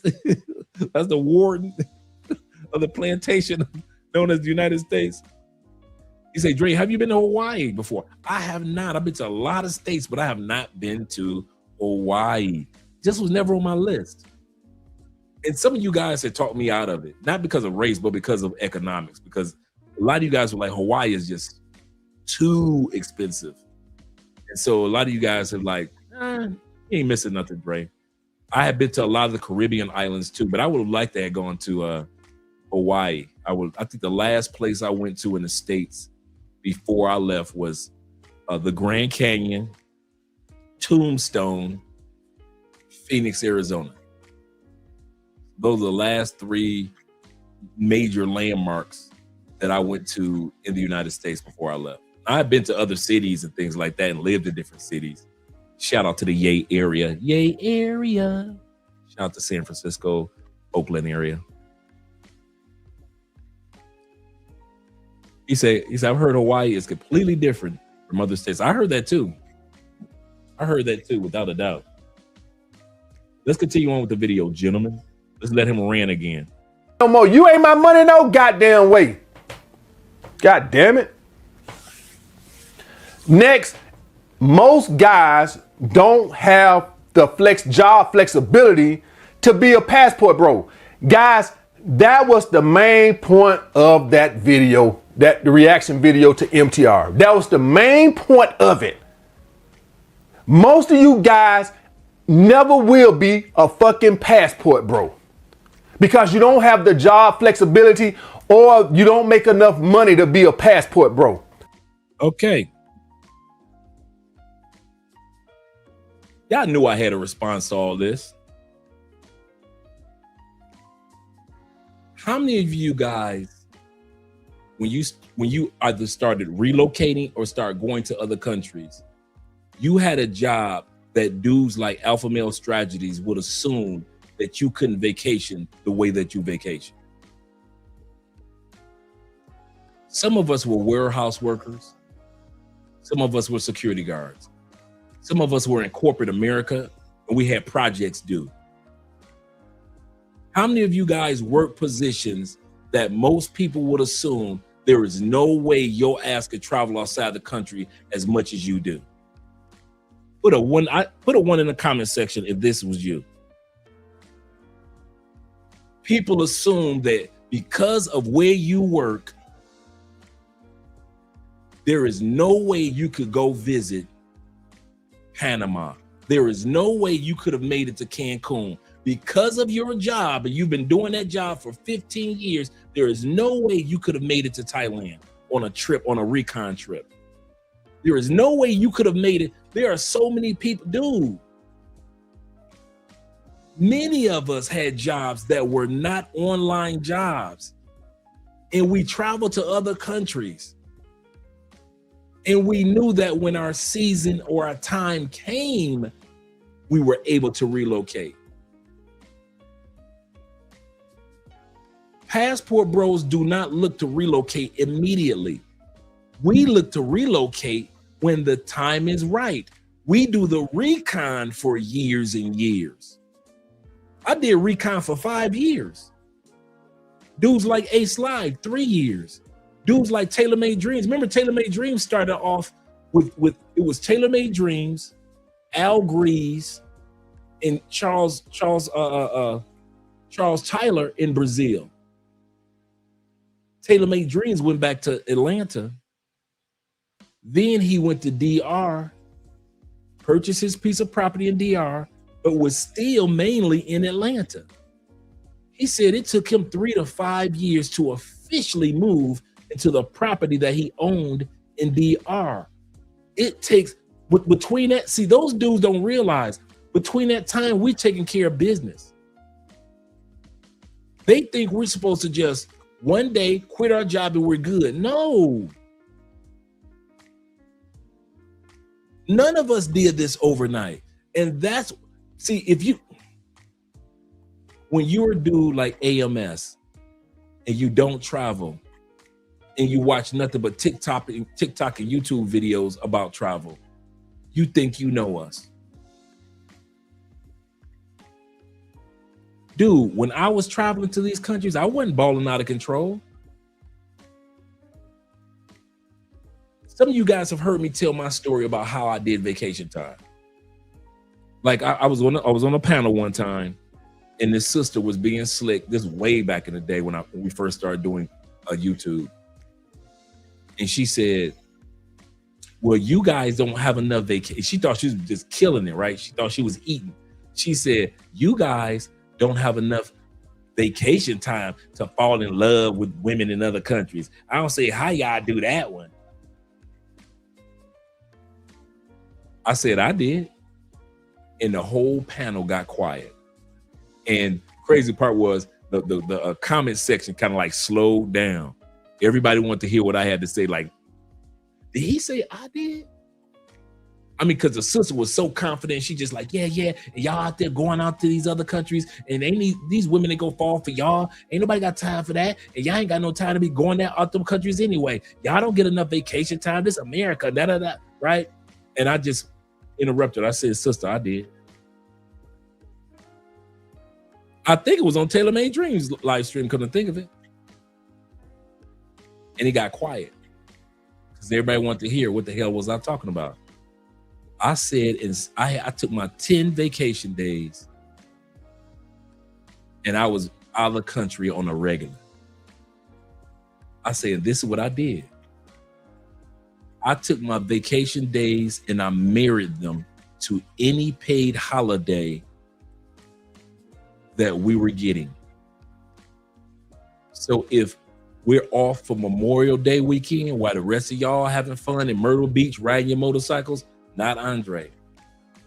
I say if Memorial Day falls on a Wednesday, I'm taking 2 of my vacation days. I'm taking Wednesday, Thursday off, Friday off, Saturday. I'll fly back, sometimes Sunday. And because my job was so close to the airport, I would fly back in on Monday morning and hit the shower that was in our job at the campus. 4th of July. If 4th of July fall on a Thursday, I'm using one more of my vacation days. So we would get off work. Kid you not. We would get off work at 5 o'clock. I'm on a 7 o'clock flight to Medellin. I'm on the latest flight that I can get to Medellin. I may get to Medellin at, coming from Tampa, I might get to Medellin late at night. But I'm there. So now on that Tuesday night or on that Wednesday night. So now I'm there in Medellin all Thursday for 4th of July. The 5th of July, I took a vacation day. Saturday is the 6th. Sunday, I'm taking a late flight. I just showed y'all two times I've taken 8-day. I've taken 4-day vacations. Then when I got in a relationship with Andrea, I did the same routine. So by the time I got done with those 10 holidays, I wasn't there for Valentine. For Thanksgiving. Wait a minute, pause. You mean I get that Thursday off? I get Black Friday off? I get Saturday and Sunday, and I need to have my ass back at my desk by Monday morning? Bruh, I would be down to my last 4 vacation days, right? I would take 2 to 3 for the Christmas holiday, and I would just use 1 for Thanksgiving. So while y'all ass carving up turkey, I done flew out the country on Tuesday night. I flew out on Tuesday. I'm in Cali, Colombia, Tuesday night. Andrea picking me up from the airport. That Wednesday was my vacation day. That Thursday was Thanksgiving. That Friday, I'm Black Friday here, not in the States. That Saturday, I'm watching sports that Saturday or hanging out with Andrea. That Sunday, I'm flying out. Or it might be that 6 a.m. flight out of Cali to the States on Monday morning.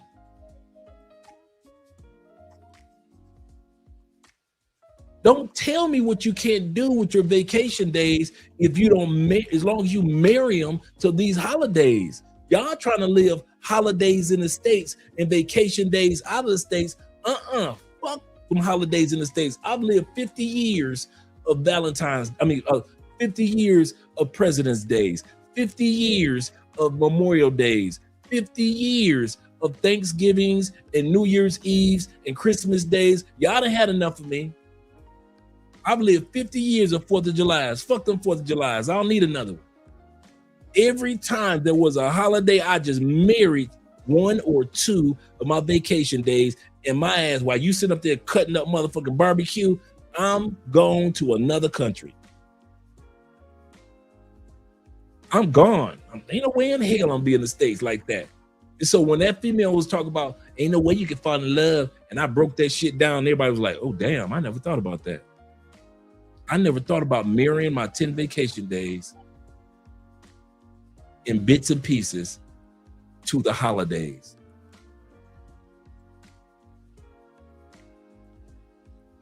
Because you're going to get New Year's too. Shit, man, please. The Alpha Travel Strategy. That's a good one. He said, I'm gonna do a video about that. Yeah, that's a good one. That's a good idea, Kings. That's a really good idea. Kid you not, man. Kid you not. That's how I had time to be down here and fall in love with Andre. Now, mind you, I'm not foolish. I know some of you guys, you fly a little further, but even flying a little further, that doesn't mean you can't do the same routine, marrying days to the holidays. Man, my family ain't see me for no holidays, bruh. None. Thanksgiving, I'm here. Christmas, New Year, President's Day. Memorial. 4th of July. I'm here. I'm here. I was serious about mine. You guys could hear the passion still in my voice to this day. I was serious. I was getting the fuck out the United States by hook or crook. Every time my coworkers saw me on Monday morning, they were like, how was your trip to whatever country I was going to? They knew my ass wasn't in town. They knew I wasn't in town.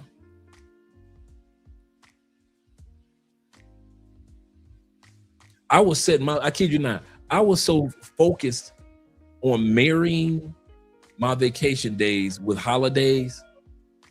I had my shit set up what everybody else is trying to get vacation days off for 4th of July or road travel for Thanksgiving or road travel for Christmas or New Year's. Man, I put my shit in May for Thanksgiving. I had my vacation days already approved by September for New Year's and Christmas. I knew I wasn't gonna be here. Wasn't no guesswork for me. My shit been approved. I ain't never had to worry about that dumb shit.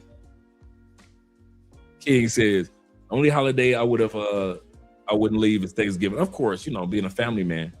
He say, Mom ain't having it. And I know Mom wouldn't. He say, every other holiday, I'm out.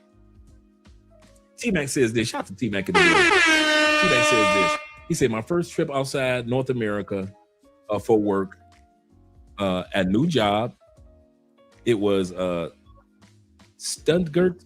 I hope I pronounced that correctly. Stuttgart, Germany. He said, I was their first field engineer. Shout out to you, brother. He said, threw me into a plane, fixed a fuel cell car. I said that correctly. He said it was a Daimler. I remember Daimler Chrysler back in the day. Prototype. Man, that's back in the day. Daimler, that car company. It was a Daimler prototype vehicle, of course. He said, and I had no idea. Wow. It was in 2021. Wow. Oh, it was 2001. 2001. Yeah, he said, yeah, you would like Halloween in Colombia. I ain't gonna lie to you.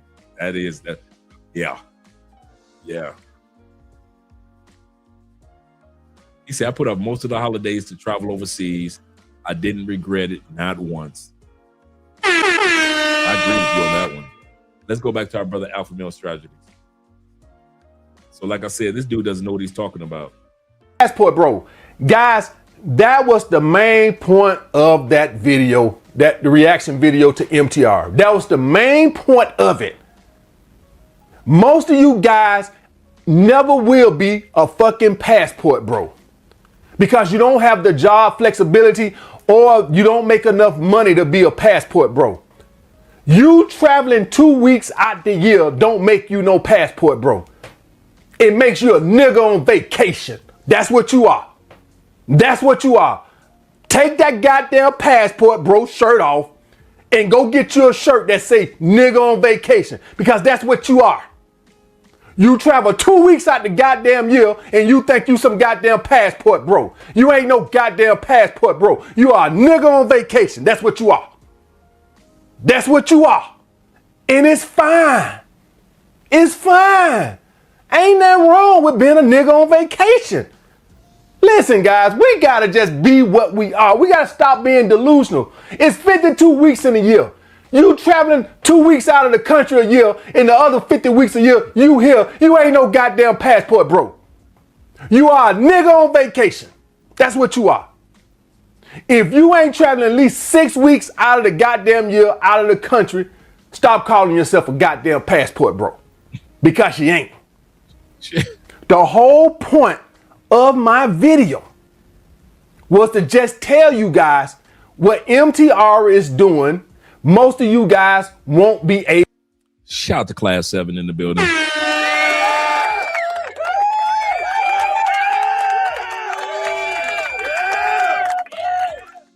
And for you guys, you know, Theo makes a good point. I use AI for like Theo does to strategize certain moves now, certain things that I want to accomplish and need to accomplish. I use AI for that now. There are a lot of ways that you guys don't have to just brainstorm everything now. So even though I know Theo was kind of tongue-in-cheek when he said that, I kid you not, man. AI is, it opens up. Yeah, this dude is a natural comedian, full of jokes. Full of jokes. My brother says this. He said, I was wondering if he realized that's how being a passport bro starts. Vacationing. That's a good point too. Vacationing out of the States, getting wet behind the ears. He doesn't know. He hasn't experienced it yet. He said, aren't ninjas on vacation for passport pookies? Making better sense. I know, right? Makes better sense. Nate says this. He said, well, do you travel AMS? No, he doesn't. He doesn't. Balt. Black American Lifestyle Travel. That's a good name. Balt. The Balt Brothers. And David says this. He's bitter like Sealy in the color purple. Whatever you did, he keep putting that hand in that camera like Sealy. Whatever curse you did to me, I'ma do to you. He said, Dre do the same. I know I do. He said, I even use it. He said, I even use it to learn Spanish. Yeah. Yeah, man. That AI, man, is amazing. Amazing. He said, this white ninjas like him get on my nerves. Women don't do this at all.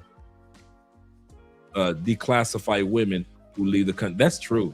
You do not see women attack each other. That's one area you don't see them attack each other when it comes to travel. For whatever reason, women support women in this area. Most folks don't leave the country in a lifetime. That's why I don't take it for granted, man. In a lifetime. That's a good point. Let's continue on. Able to do. Period. He is a content creator that makes his money offline. You are a forklift driver. That's what you are. You are a fucking forklift driver. If you move your ass to Thailand or Taiwan, because y'all made all of it, he came in there, it's Taiwan, shut your ass up. If you move your ass to Thailand and became a forklift operator down there, they gonna pay your ass 18 cents a goddamn hour. And he's correct. Only one problem. Nobody's moving to Thailand to be a forklift driver. Boom, boom. Shout out to Blade Runner with the $10 love supporting the channel. Shout out to you guys that are sending the love over on the Bitcoin up top. Shout out to T-Mac with the $10 love. Appreciate you guys. Really do. Appreciate you guys.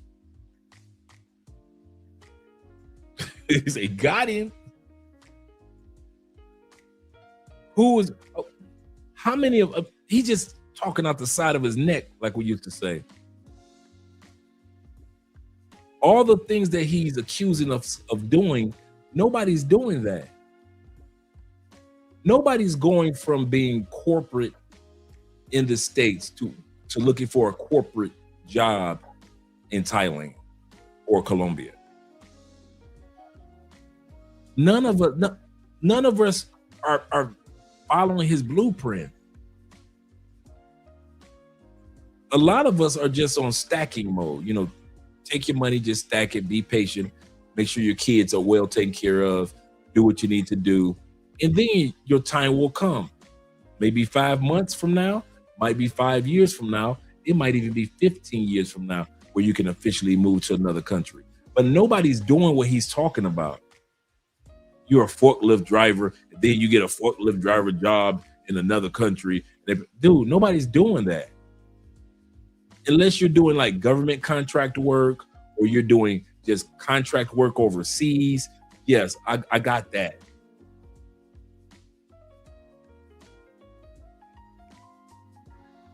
This dude, yes, he thinks with restrictions too.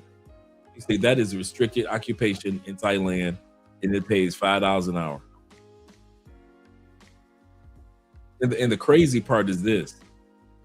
He said, let's keep in mind, Nate says, let's keep in mind, AMS said this crowd is 16 to 24. So he's used to dealing with younger people.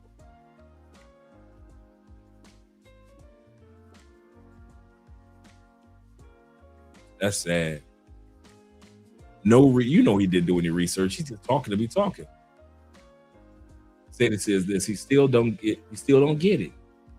He's trying to make the same point he was saying while addressing MTR. I caught that too while he was addressing MTR. They love addressing narratives.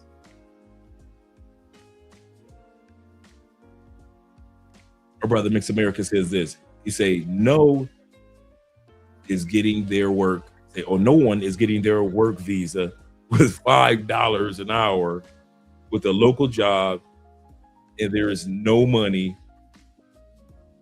with remote work. This dude, man, he doesn't. There's a lot that he doesn't know. Let's continue on. What MTR is doing is smart. It's the same reason I got the fuck out of New York. Why the hell am I going to be up there paying all those high-ass state taxes and all these high-ass, just food and groceries for the same shit in a cheaper state? That's why the fuck I got out of fucking New York. The state tax 13% up there is 5% here. Why the hell would I want to be up there? So me chastising him for that would be like me. I did the same goddamn thing. I got the hell out of expensive ass New York. If I wasn't making my money offline, I would have stayed my ass in New York because a personal trainer can't make what they make up there down here. Nowhere near. So at that point, it does me no good to move. If you make your money offline, then yes, it's smart to move so your money can go farther. I don't blame MTR. Now, you think you gonna start and become a content creator, but you suck. You ain't MTR. You suck. You've been on YouTube for 8 years and you got 1,200 subscribers. It's over for you. You suck. You always have sucked and you still suck. And when you go to Thailand and start making content, you still gonna suck because you suck. So for all you guys who think you're gonna become these Passport Bro channels, I just want you to know, if you suck here, you're gonna suck there. Because you suck.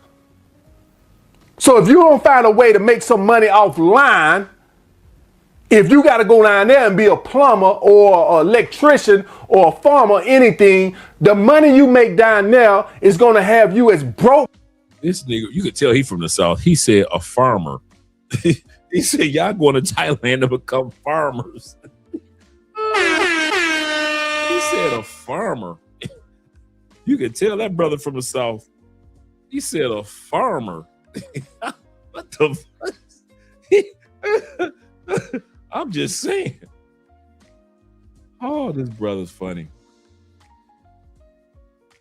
Let him keep cooking. There as you are here, which means you will have no leverage there, which means that the women are not going to treat you better because you don't have that leverage.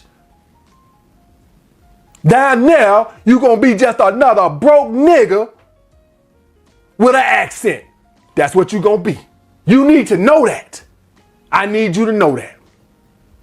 Oh yeah, and I also wanted to shout out O'Shea and MTR for both giving me credit and them both saying in their response videos that they don't think what I was saying was to discourage guys because I want them to spend money with me and all this.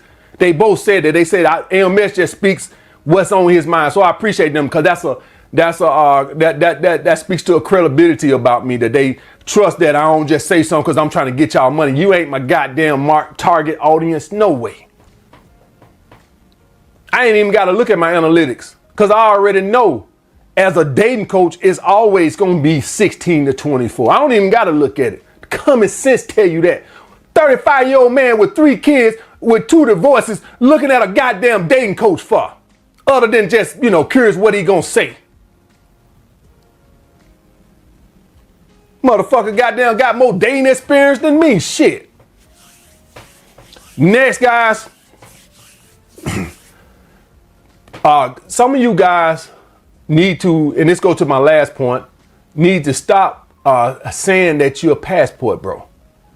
Too many guys, only a small selection of fewer guys who are like make their money offline can even claim to be passport bros. I guess he decided to be the official Webster's Dictionary definition or definer of passport bros. No passport, but he could tell us what a passport bro is or a passport bro isn't. Yeah, he came in with the bullet points. Most guys are just traveling. That does not make you a passport bro. All right. So when I saw all the comments and stuff, and I'm like, there's no way in the hell this many guys can afford to travel and be passport bro. The numbers just don't say that. It's impossible. I know what the medium income in America is. You hear all these guys and they bitch and complain about women want 100K man. It's amazing how guys come up with all this money to become passport bros. But when women say they want a man to make 100K, that 2% of a man is men under 29. But they sure got a lot of money to travel. That's neither here nor there. The point what I'm trying to say, guys, is only a select few of guys, I bet probably 1 or 2%. 1 or 2. The average job gonna give you 2 weeks off a year, 2 to 4 weeks a year, just depending. I know they got all these mental health days now and stuff because people are just, that's what the world we live in. So I don't know. Some of y'all might got 3 months off, right? All these mental health days. I did a mental health day, all this other shit. But by and large, guys, we gotta be logical. You're not gonna be a content creator. You suck. You're gonna work a typical 9 to 5 job that's gonna give you anywhere from 2 weeks to 4 weeks off a year. Even if it's 4 weeks off a year. And I'm talking about, I understand, guys, there are some jobs that have more flexibility than that. I'm talking about the typical job. Y'all know what the hell I'm talking about, man.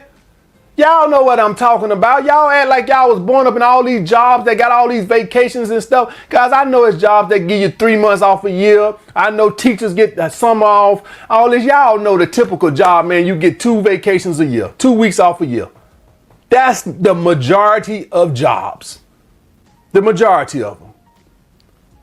But you come to YouTube and you think everybody gonna be an influencer or software engineer and be making money offline. And it's just not true.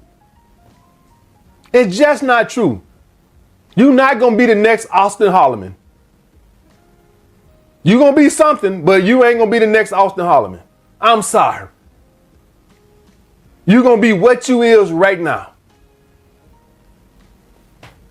And lastly, guys, and I got to point this out. I got to point this out. Stop asking me to just try it. Stop asking me to try it. Please. AMS, you got to try it. You never tried it. Guys, this going to sound arrogant, but I don't give a fuck because I got to just say it. Y'all all say they want the 6'4" millionaire. They want the 6'4" millionaire. They want the 6'4" millionaire. What the fuck you think I am? A 6'4" millionaire food. 6'4" millionaire, and you are their food. Those hyenas will prey on you, brother. Just because you're over 6'4", just because you're a millionaire, does not mean that the way that the laws are set up in the United States that you're safe. That goes for any of us. Height doesn't mean anything because the average woman marries a man that is between the height of 5'7" to 5'10". That's the average groom's height in the United States, 5'7" to 5'10". And the weddings haven't stopped because the average dude is not 6 feet plus. These women are still marrying you at 5'7", 5'5", 5'3", 5'4", 5'9", 5'10", and 5'11". So that narrative of your height is so special, well, based off statistics of marriage, it don't matter. Women just talking out the side of their mouth when they say that. I want a man over 6 feet. It ain't enough. So now what? You still get married, ladies. You're still marrying guys. Him being a millionaire doesn't mean anything in the United States because there are so many laws against him that he better have that million in his mama name. And last but not least, as I said before, I'm going to let him finish his rant. It takes somebody 16 to 24 years old to be his followers because this man can actually write 3 books, do consultations, create a brand of over 500,000 followers, and in his personal life have little to no receipts. He ain't got to show y'all shit. And I mean nothing. He ain't got to show y'all no girlfriend. He ain't got to show y'all a wife. He ain't got to talk about his ex. He ain't got to do none of that.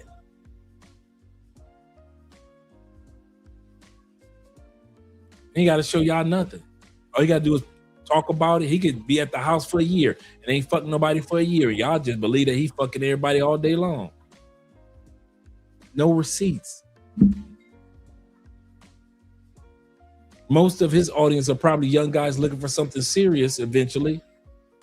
But how the hell are they supposed to take you serious if you have no receipts? At least those of us who travel, we got receipts. And that's what pisses alpha male strategies and all these other dating coaches off. That we are walking receipts. Whether you're dating beautiful women overseas, whether you're mating beautiful women overseas, whether you're married to beautiful women overseas, we've got the receipts. This dude, and you know what gets me about these dating coaches? You never see anybody that they interview for a testimony. How many times have any of you guys seen the Alpha Male Strategy live stream where he brought a couple of his guys on the panel and shared a testimony of how his teachings changed their dating life? Any of these dating coaches. We know that they have an audience. That's obvious. But when it comes to the results, we don't see no receipts. That's the hustle. I could change your life without changing your life. These dudes are funny. Shout out to Solo Traveler in the building. Growth Talk. And shout out to Solo Traveler, him and his wife. Congratulations to them. They're new. Find out that she's newly pregnant with their next child. Shout out to them. Solo Traveler ORD. Growth Kofa says this. He said, solo travel money goes further than taking care of a woman and her gremlins is totally different. Absolutely correct. These dudes back in the States think with a sponsorship mindset. They think as sponsors. We don't think like that all the time. Let's continue on, guys. Let's continue on. And thank you guys for the support tonight. Make sure you guys click that like button. We appreciate you. What the hell you think I am? They just want the tall millionaire. They just want the tall millionaire. What the hell do I look like? So, you know, this is the sad part about alpha male strategies before he goes any further. He talks about being a 6'4" tall millionaire. But here's a problem. Alpha male, most of your audience is not they aren't millionaires. You just said earlier they can barely afford the Patreon. Speaking of Patreon, they can barely afford the Patreon. And he's bragging about being a millionaire off of them while he's done very little to help them, even though they aren't 6'4" and they may not be millionaires. That's the hustle in this game. These dating coaches are anomalies, and they don't never want to tell that they are anomalies. So technically, you may not be able to do what I do, but hey, send me your money anyway. Send me your money anyway.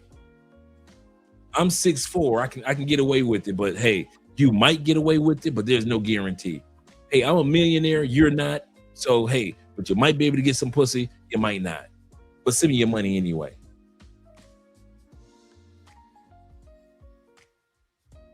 These dudes try to act like they're just everyday guys, but they aren't. Yeah, his audience is in high school and in college. And these young kids are just trying to find them a girlfriend and a future wife.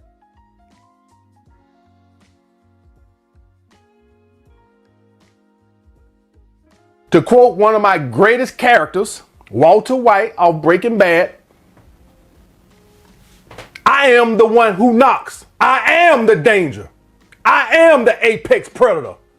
I don't need to go no fucking Thailand to get no leverage. I get it right here in America, baby. Yo, leverage is in America. You're correct. Among weave-wearing hair helmets, in other words, women that are overweight, attitudes that will delete you. Yes, you are the alpha in that community. Congratulations. Congratulations, alpha. Congratulations. You're the best of the best in that trashy dating environment. That's like owning a swamp, bruh. That's like literally saying, I'm the owner of 33 acres of pure Florida swamp. I can't plant nothing. And I dang sure can't get rid of the snakes and all of the wildlife there, the gators. That's what it's like. To brag about being the alpha or the apex predator in the United States when it comes to dating is like owning 20 acres of swampland. Nobody's impressed. Nobody's impressed. Are there good women in the United States? Like I said, yes, by the millions. Are there trashy women in the United States? Yes, by the millions.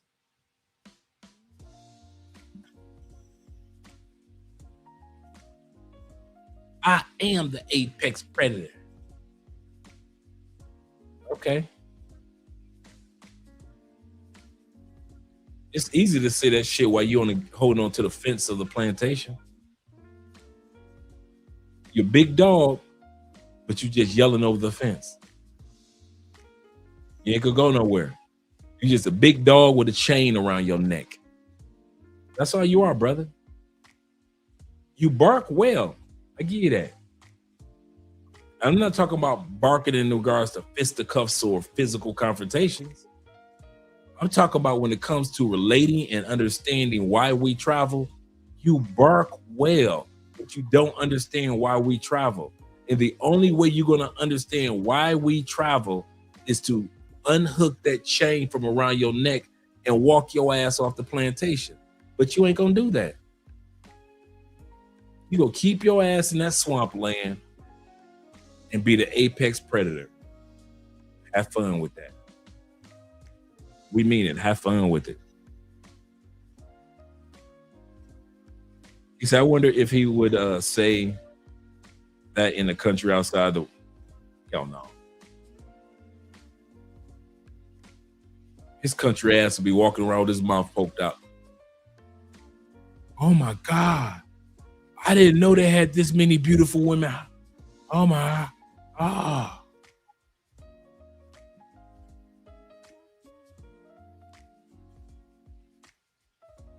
You know, and I know one of the reasons Alpha Male Strategy doesn't come out here because some of these country boys can't afford to. And I don't mean monetary wise. Some of them country boys, I ain't saying you Southern men, I say country boys. You know what I mean? Country ass dudes. They come out here, then women would take them for half of their bank. Those women will take this dude for half his bank as soon as he get out here. He's safe in the States. Alpha male, you are the apex. Yes, you are. You are safe in the States. Apex predators don't talk to let people know. I thought about that earlier too. Let them know that he's an apex predator because apex predators understand action speaks louder than words.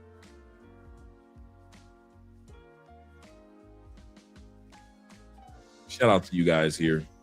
Dave says this. He said, don't tell AM to travel. Older women and people overseas are going to think that we sound like him, ignorant and illiterate.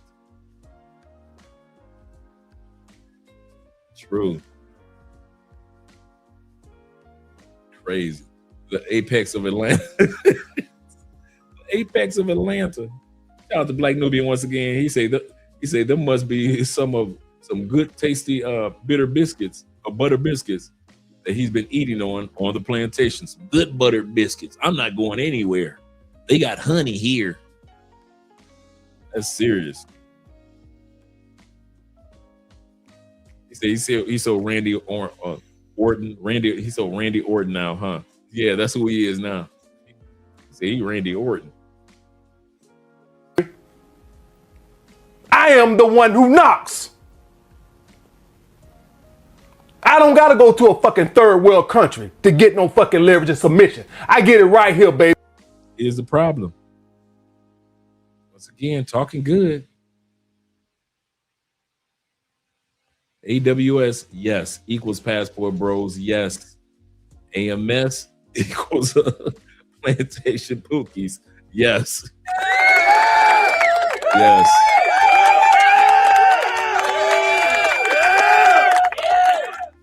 Let's let the brother finish.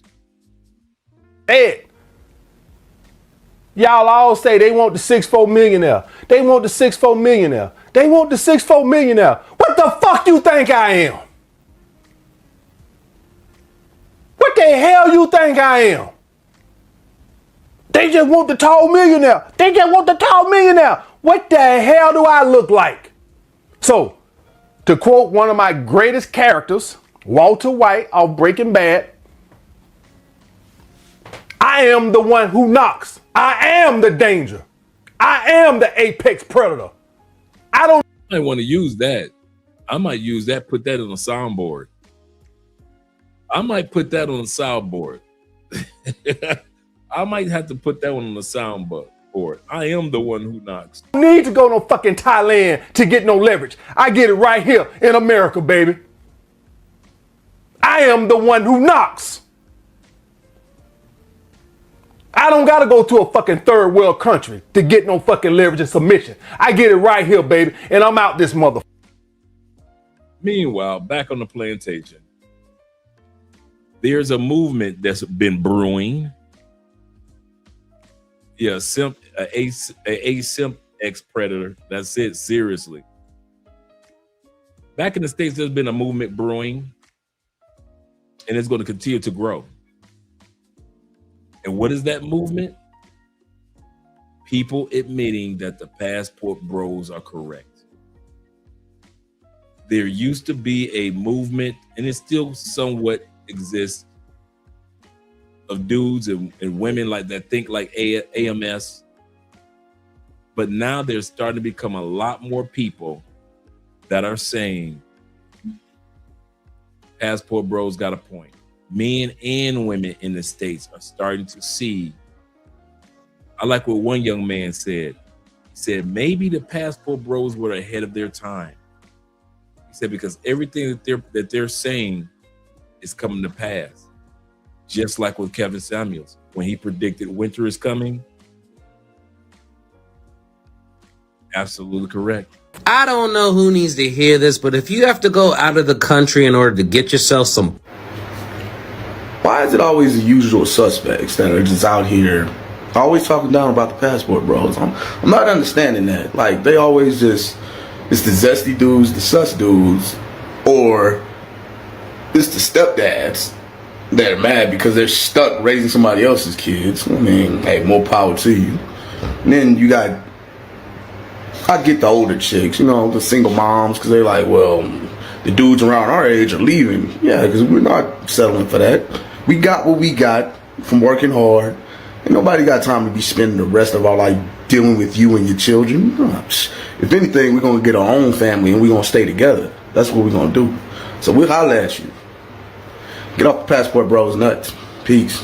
Fuck. 2 years ago, I was not the same person. Oh, definitely, yeah. You know, I suffered from depression. I suffered from anxiety. I'm a war veteran. Didn't have any direction whatsoever. I was severely overweight. I came down here. I started eating better. I started exercising again. Yeah. I got my swag back. Yes, sir. You know, my hair used to start back here. It wasn't bad. I had the George Jefferson going on, you know. I had to level up, you know, get the hair transplant, you know, shout out to him. Hero transplant in Bogota. But anyway, on a serious tip, I came over here. It's like I got a new lease on life. Everything that I have done, from the WhatsApp groups to the Facebook groups to whatever, it's all been about me trying to protect brothers and sisters, keep them safe when they travel, show them a nice time, and make sure they don't get ripped off. Shout out to the sisters that do rock with us. Yes, we ran into a few and had some good times. Yeah, had a great time, man. Had a great time, you know, and they're supporting us. Shout out to those sisters that we had a great time with. We showed them a different side of Cartagena, and I'm glad they rock with us. So they're following us on the page. Shout out to you. We have really grown to be a fan. I didn't know that either. I might have to have Ja on here for an interview regarding that. I didn't know that either. Some of you guys that might be interested. Family, not only Marcus, but a lot of people in the travel industry. I consider them my brothers, you know, and I learned that in the military. Everyone is welcome. I don't care if you're black, white, Mexican, whatever you are welcome here, because from my world, we all bleed red. Yes, sir. You know what I mean? From the military, that guy that you may think you hate is the guy that have to save your life. That's the only person gonna have your back. The world is much bigger than maybe the 4 blocks that we grew up on. That's one thing I learned when I left home. It's like, it's a melting pot out here, and that's the way the world is supposed to be.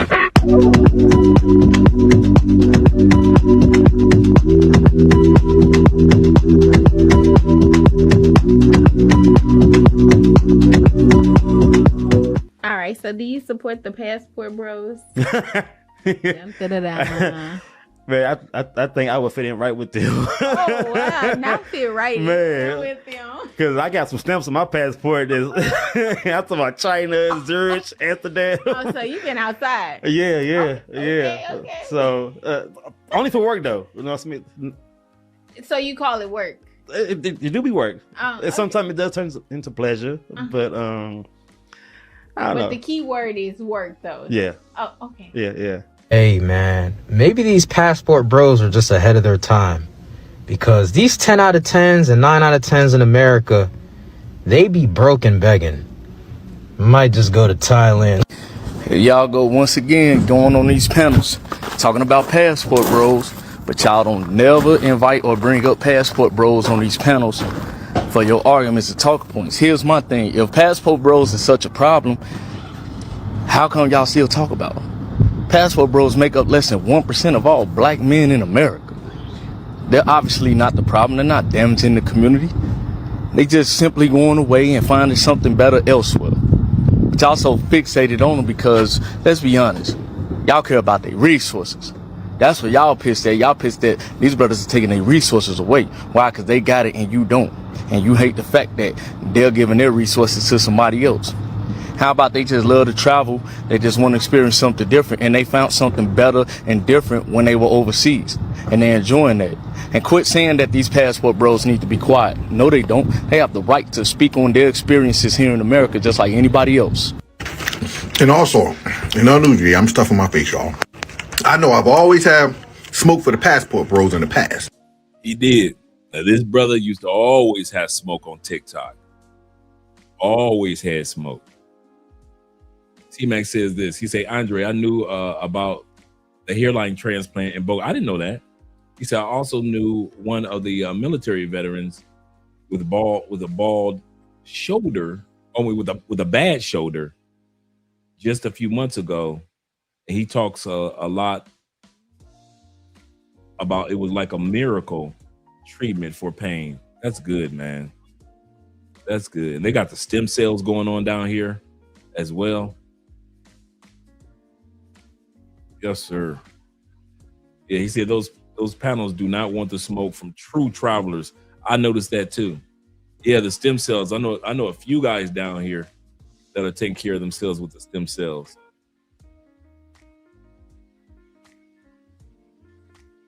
He said if he ever had smoke, he's not a real man. Shout out to Cortez in the building. E Grizzle says this. He said when AMS mentioned 90 Day Fiance, he lost all his points with me when he said that last week too. He said eating some Popeye's chicken. I know, right? While he's eating Popeye's chicken, let's see what he has to say.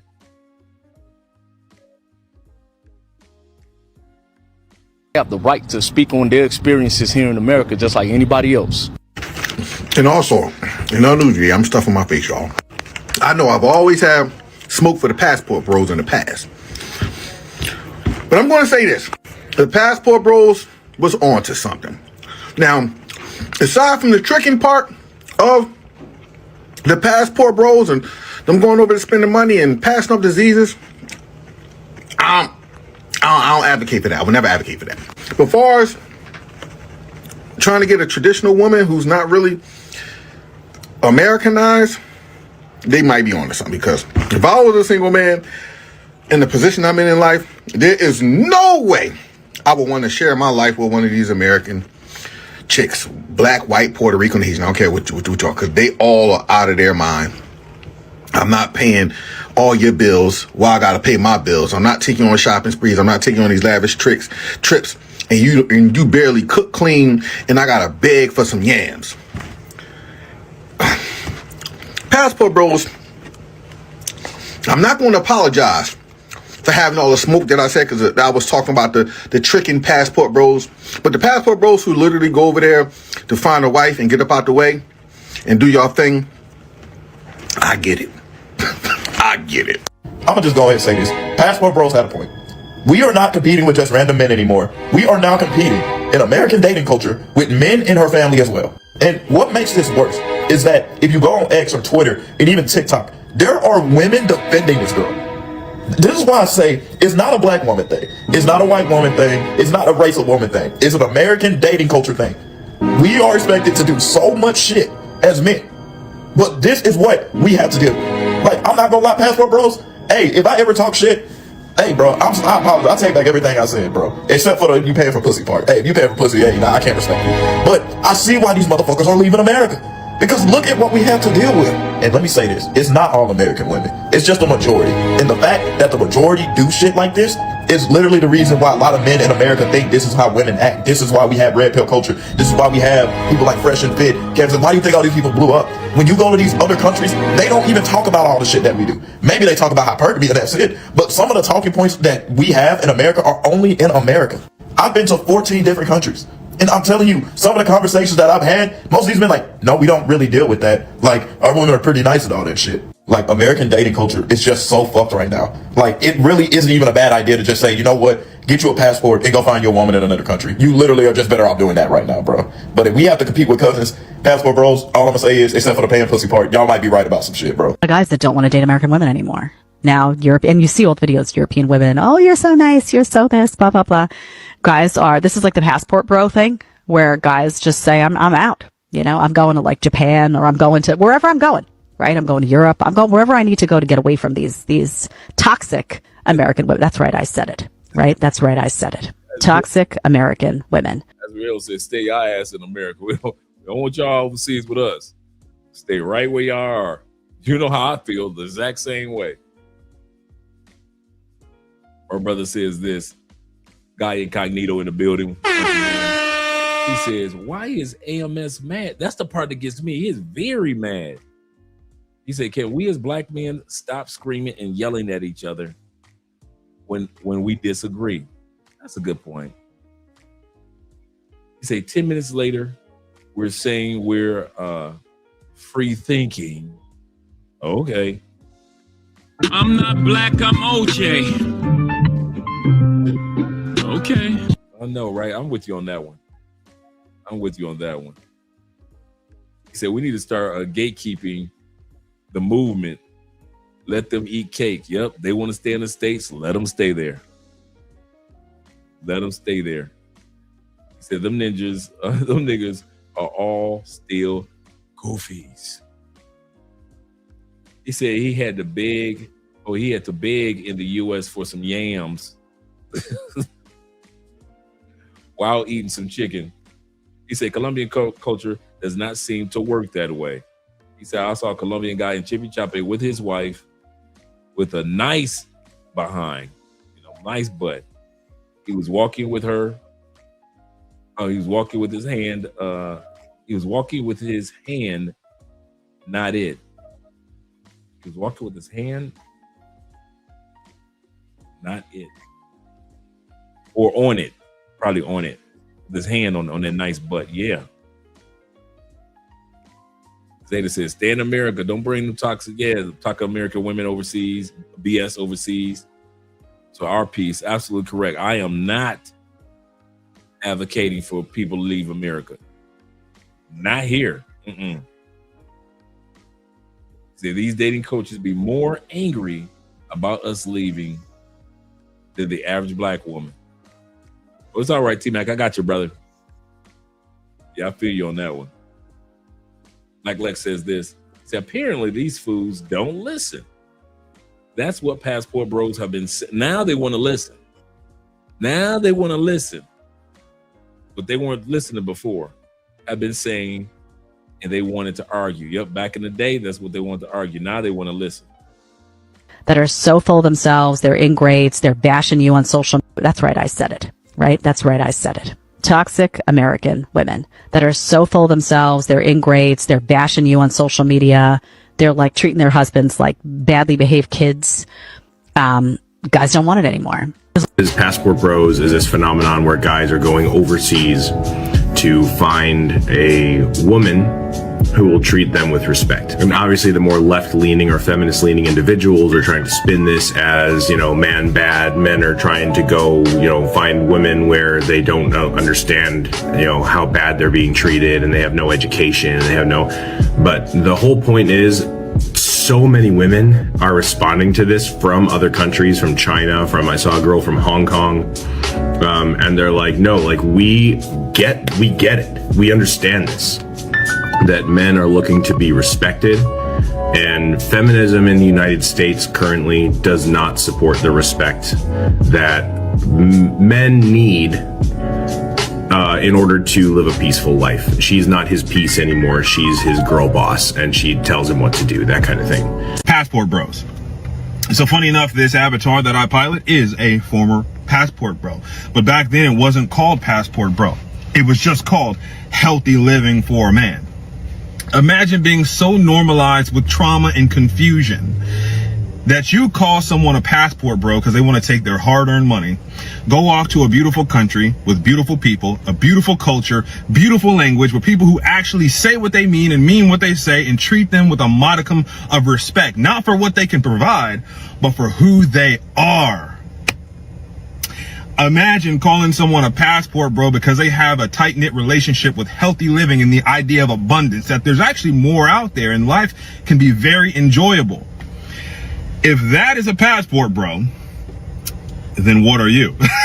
Shout out to the passport. Almost 1 in 8 marriages in the U.S. is now international. Wow.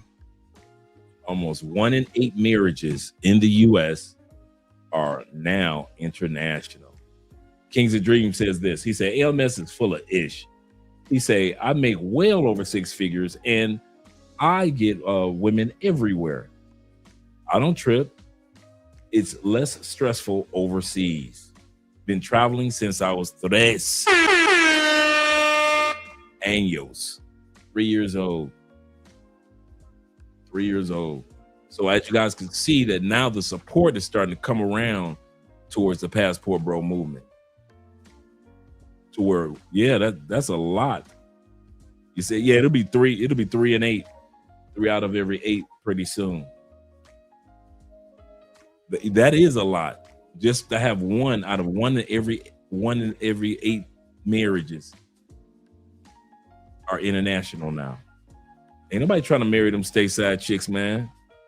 He said that's 13% of the marriage. That's a chunk, bro. That's a chunk, a huge chunk. In most of those, the American man is bringing in a foreign wife. Right. Do you have any male friends in your age group that have a foreign wife or anything like that? My or not really? husband, me. So the woman that she's talking to is a woman from another country that's in an international marriage with her American husband. And she didn't even realize it. Hey, wait a second. Am I speaking to a foreign wife right now? Me. Yeah. That's really funny. And my attitudes are very different to North American women. So like what? She said my attitude is completely different than North American women. More traditional. Wow. Do you think that's why he went abroad and found you? He was like, I'm going abroad and I'm finding a wife and she's going to have the most traditional values and she's going to take care of me. The playbook is the same thing with all these women. They start posting pictures by themselves, new beginnings, new chapters, blase whoop-de-whoop. Next thing you know, they gone from their husband, cheating on their husband, or getting a divorce, calling it happiness, breaking their families up. This is a new phenomenon. I'm just trying to understand, and it seems to be an American standard. Like, second she ain't happy, she gone. Second somebody ain't happy, they gone. I'm gonna be honest with y'all. I'm going to be so honest with you. That passport bro movement is about to take place. It's about to be even more heavier because men are starting to see it. I'm starting to see it. And I realize what I gotta do now. I gotta get up out of here if I want a family. If I want a family just to be us. You know what I'm saying? Just us. Till we get old. If I want that, I gotta get up out of here. And I advise the fellas to get up out of here too. Okay? Hey, yo, I'm out.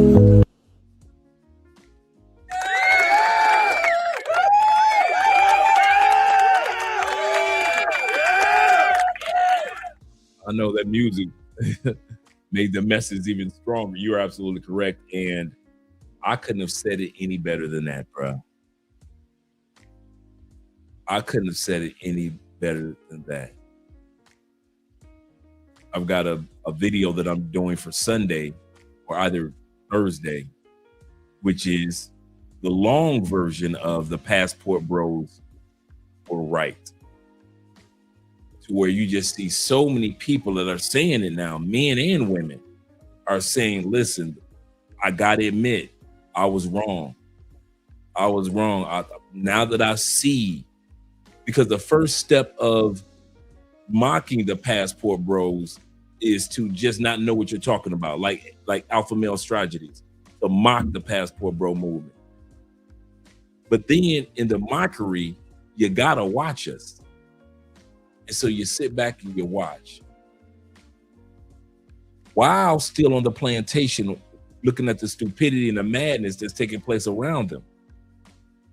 And so now men and women are starting to understand, like, I get it. I get why these men are leaving and many of these women are leaving this plantation. I get it. I kid you not, guys. Be encouraged, man. Remember, the passport bro movement in it's still in its infancy. Black men and white men moving just Americans moving in masses is still in this infancy. Remember, statistics show this is the largest migration of Americans since World War II. What we're seeing right now, and this is just the beginning. So don't feel like there's going to be less people to understand us. I promise you, there are going to be more and more men that understand us and reach out to us as time goes on. Zeta says this. He said, military guys get the most disrespect from America, which is sad, from American wives and girlfriends. These guys get done dirty. So when I hear they found love overseas, he said, I damn cried tears of joy. I feel you on that one. Your brother said, go overseas and build your family. Mr. 007 said, he said, no, he is not. He's not married. He said, I was joking. He said, but the answer was real. That's serious. Well, let me get ready to let you gentlemen go. Enjoy the rest of your evening. You know, I want to hold you up. Thank you guys for supporting the channel. Let me put the Patreon back in there one more time for all you guys that want to support the channel and become a part of what we're doing all new on the Patreon. I'm revamping everything. A lot of the information that's there that you guys have been waiting for is being added. We're doing the Patreon lives now, so I'm excited. We did our first one last night, had a really good time. So if you guys want to join the Patreon and be a part of those live streams that we're going to be doing, which are more on the teaching level of step-by-step what to do, we're going to be doing that. They won't be as long. They'll only be an hour long over on Patreon, but they'll be packed full of good nuggets that you can take when it comes to travel. Next week, I have scheduled a really good realtor friend of mine here in Cali, Colombia, named Daniel. And we're going to be doing an interview with Daniel next week. It's going to be an early live stream. It's going to be about 6 o'clock. But we're going to have Daniel on this live stream so you guys can answer any questions about real estate here in Colombia, as well as buying and purchasing real estate here in Cali, Colombia. So him and his family started with his mom almost 25, 30 years ago, started in real estate. And so now they've been doing it so long, and he's fluent in English. Just a really nice guy, man. Really, really nice guy. And we're going to have our brother BMT is going to be here this Saturday for Saturday's live stream. So we're going to have him talking about his new life in Thailand, married life, fatherhood, why Thailand, and the evolution of the passport bro movement. Because some guys did start off as just doing recon and vacationing, doing recon. But now they're actually, a lot of guys are living outside the United States now, 5-6 years later. So we're going to be talking about the evolution of the growth of the passport bro movement, as well as his own personal growth. Then this Friday show is going to be about Corey Holcomb, when Corey was a special guest on Truth After Dark with Paul Pierce and his hostess. And I kid you not, Corey Holcomb he tells the truth, uncut. So we're going to be looking at that this Friday, and like I said, this Thursday we're going to be doing the video of. I forgot what this Wednesday is, what tomorrow's is, but we're going to be doing the video this Thursday of the long version of the Passport Bros were right. There are so many videos popping up that are showing that and showcasing that the Passport Bros were right. Gabriel says this. He says, solid discussion tonight, Dre. He said, appreciate you, brother. Appreciate you, Jimmy. Appreciate you, Jimmy. Thank you very much, Mr. Tate. Had a good time with you guys. Good time. Let's get ready to do some outros. And we are out of here. Let's have some fun with an outro video. Let's hit we've done this. I'm gonna make some new ones too. What are we making some new ones for us? Let's try this one.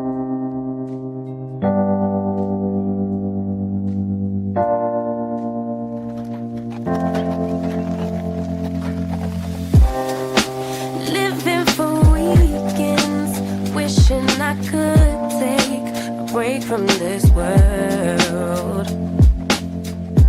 Running on a hamster wheel, but searching for something I can't feel.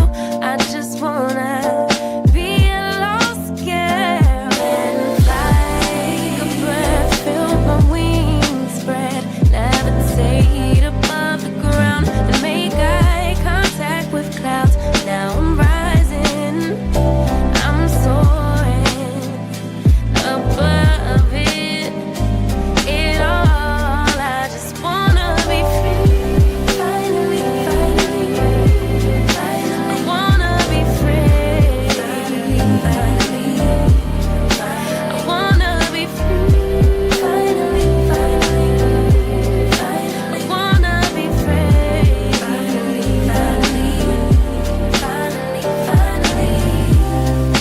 I always stay dreaming, never imagined I lose my spark. Living in this crazy time, putting back the pieces of my mind. I know how to run from the dark and fly. Take a breath, feel my wings spread, levitate into the clouds. I'm so high above the ground. I'm rising, I'm soaring above it all. I just wanna be free, finally, I wanna be free, I wanna be free, I wanna be free,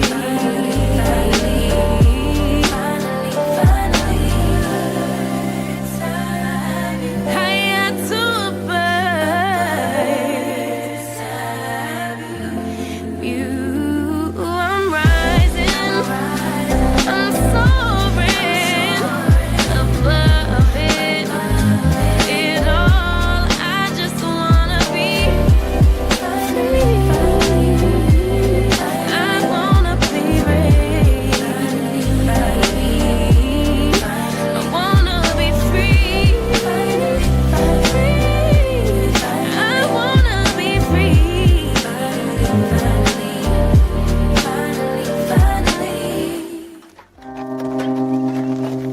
finally.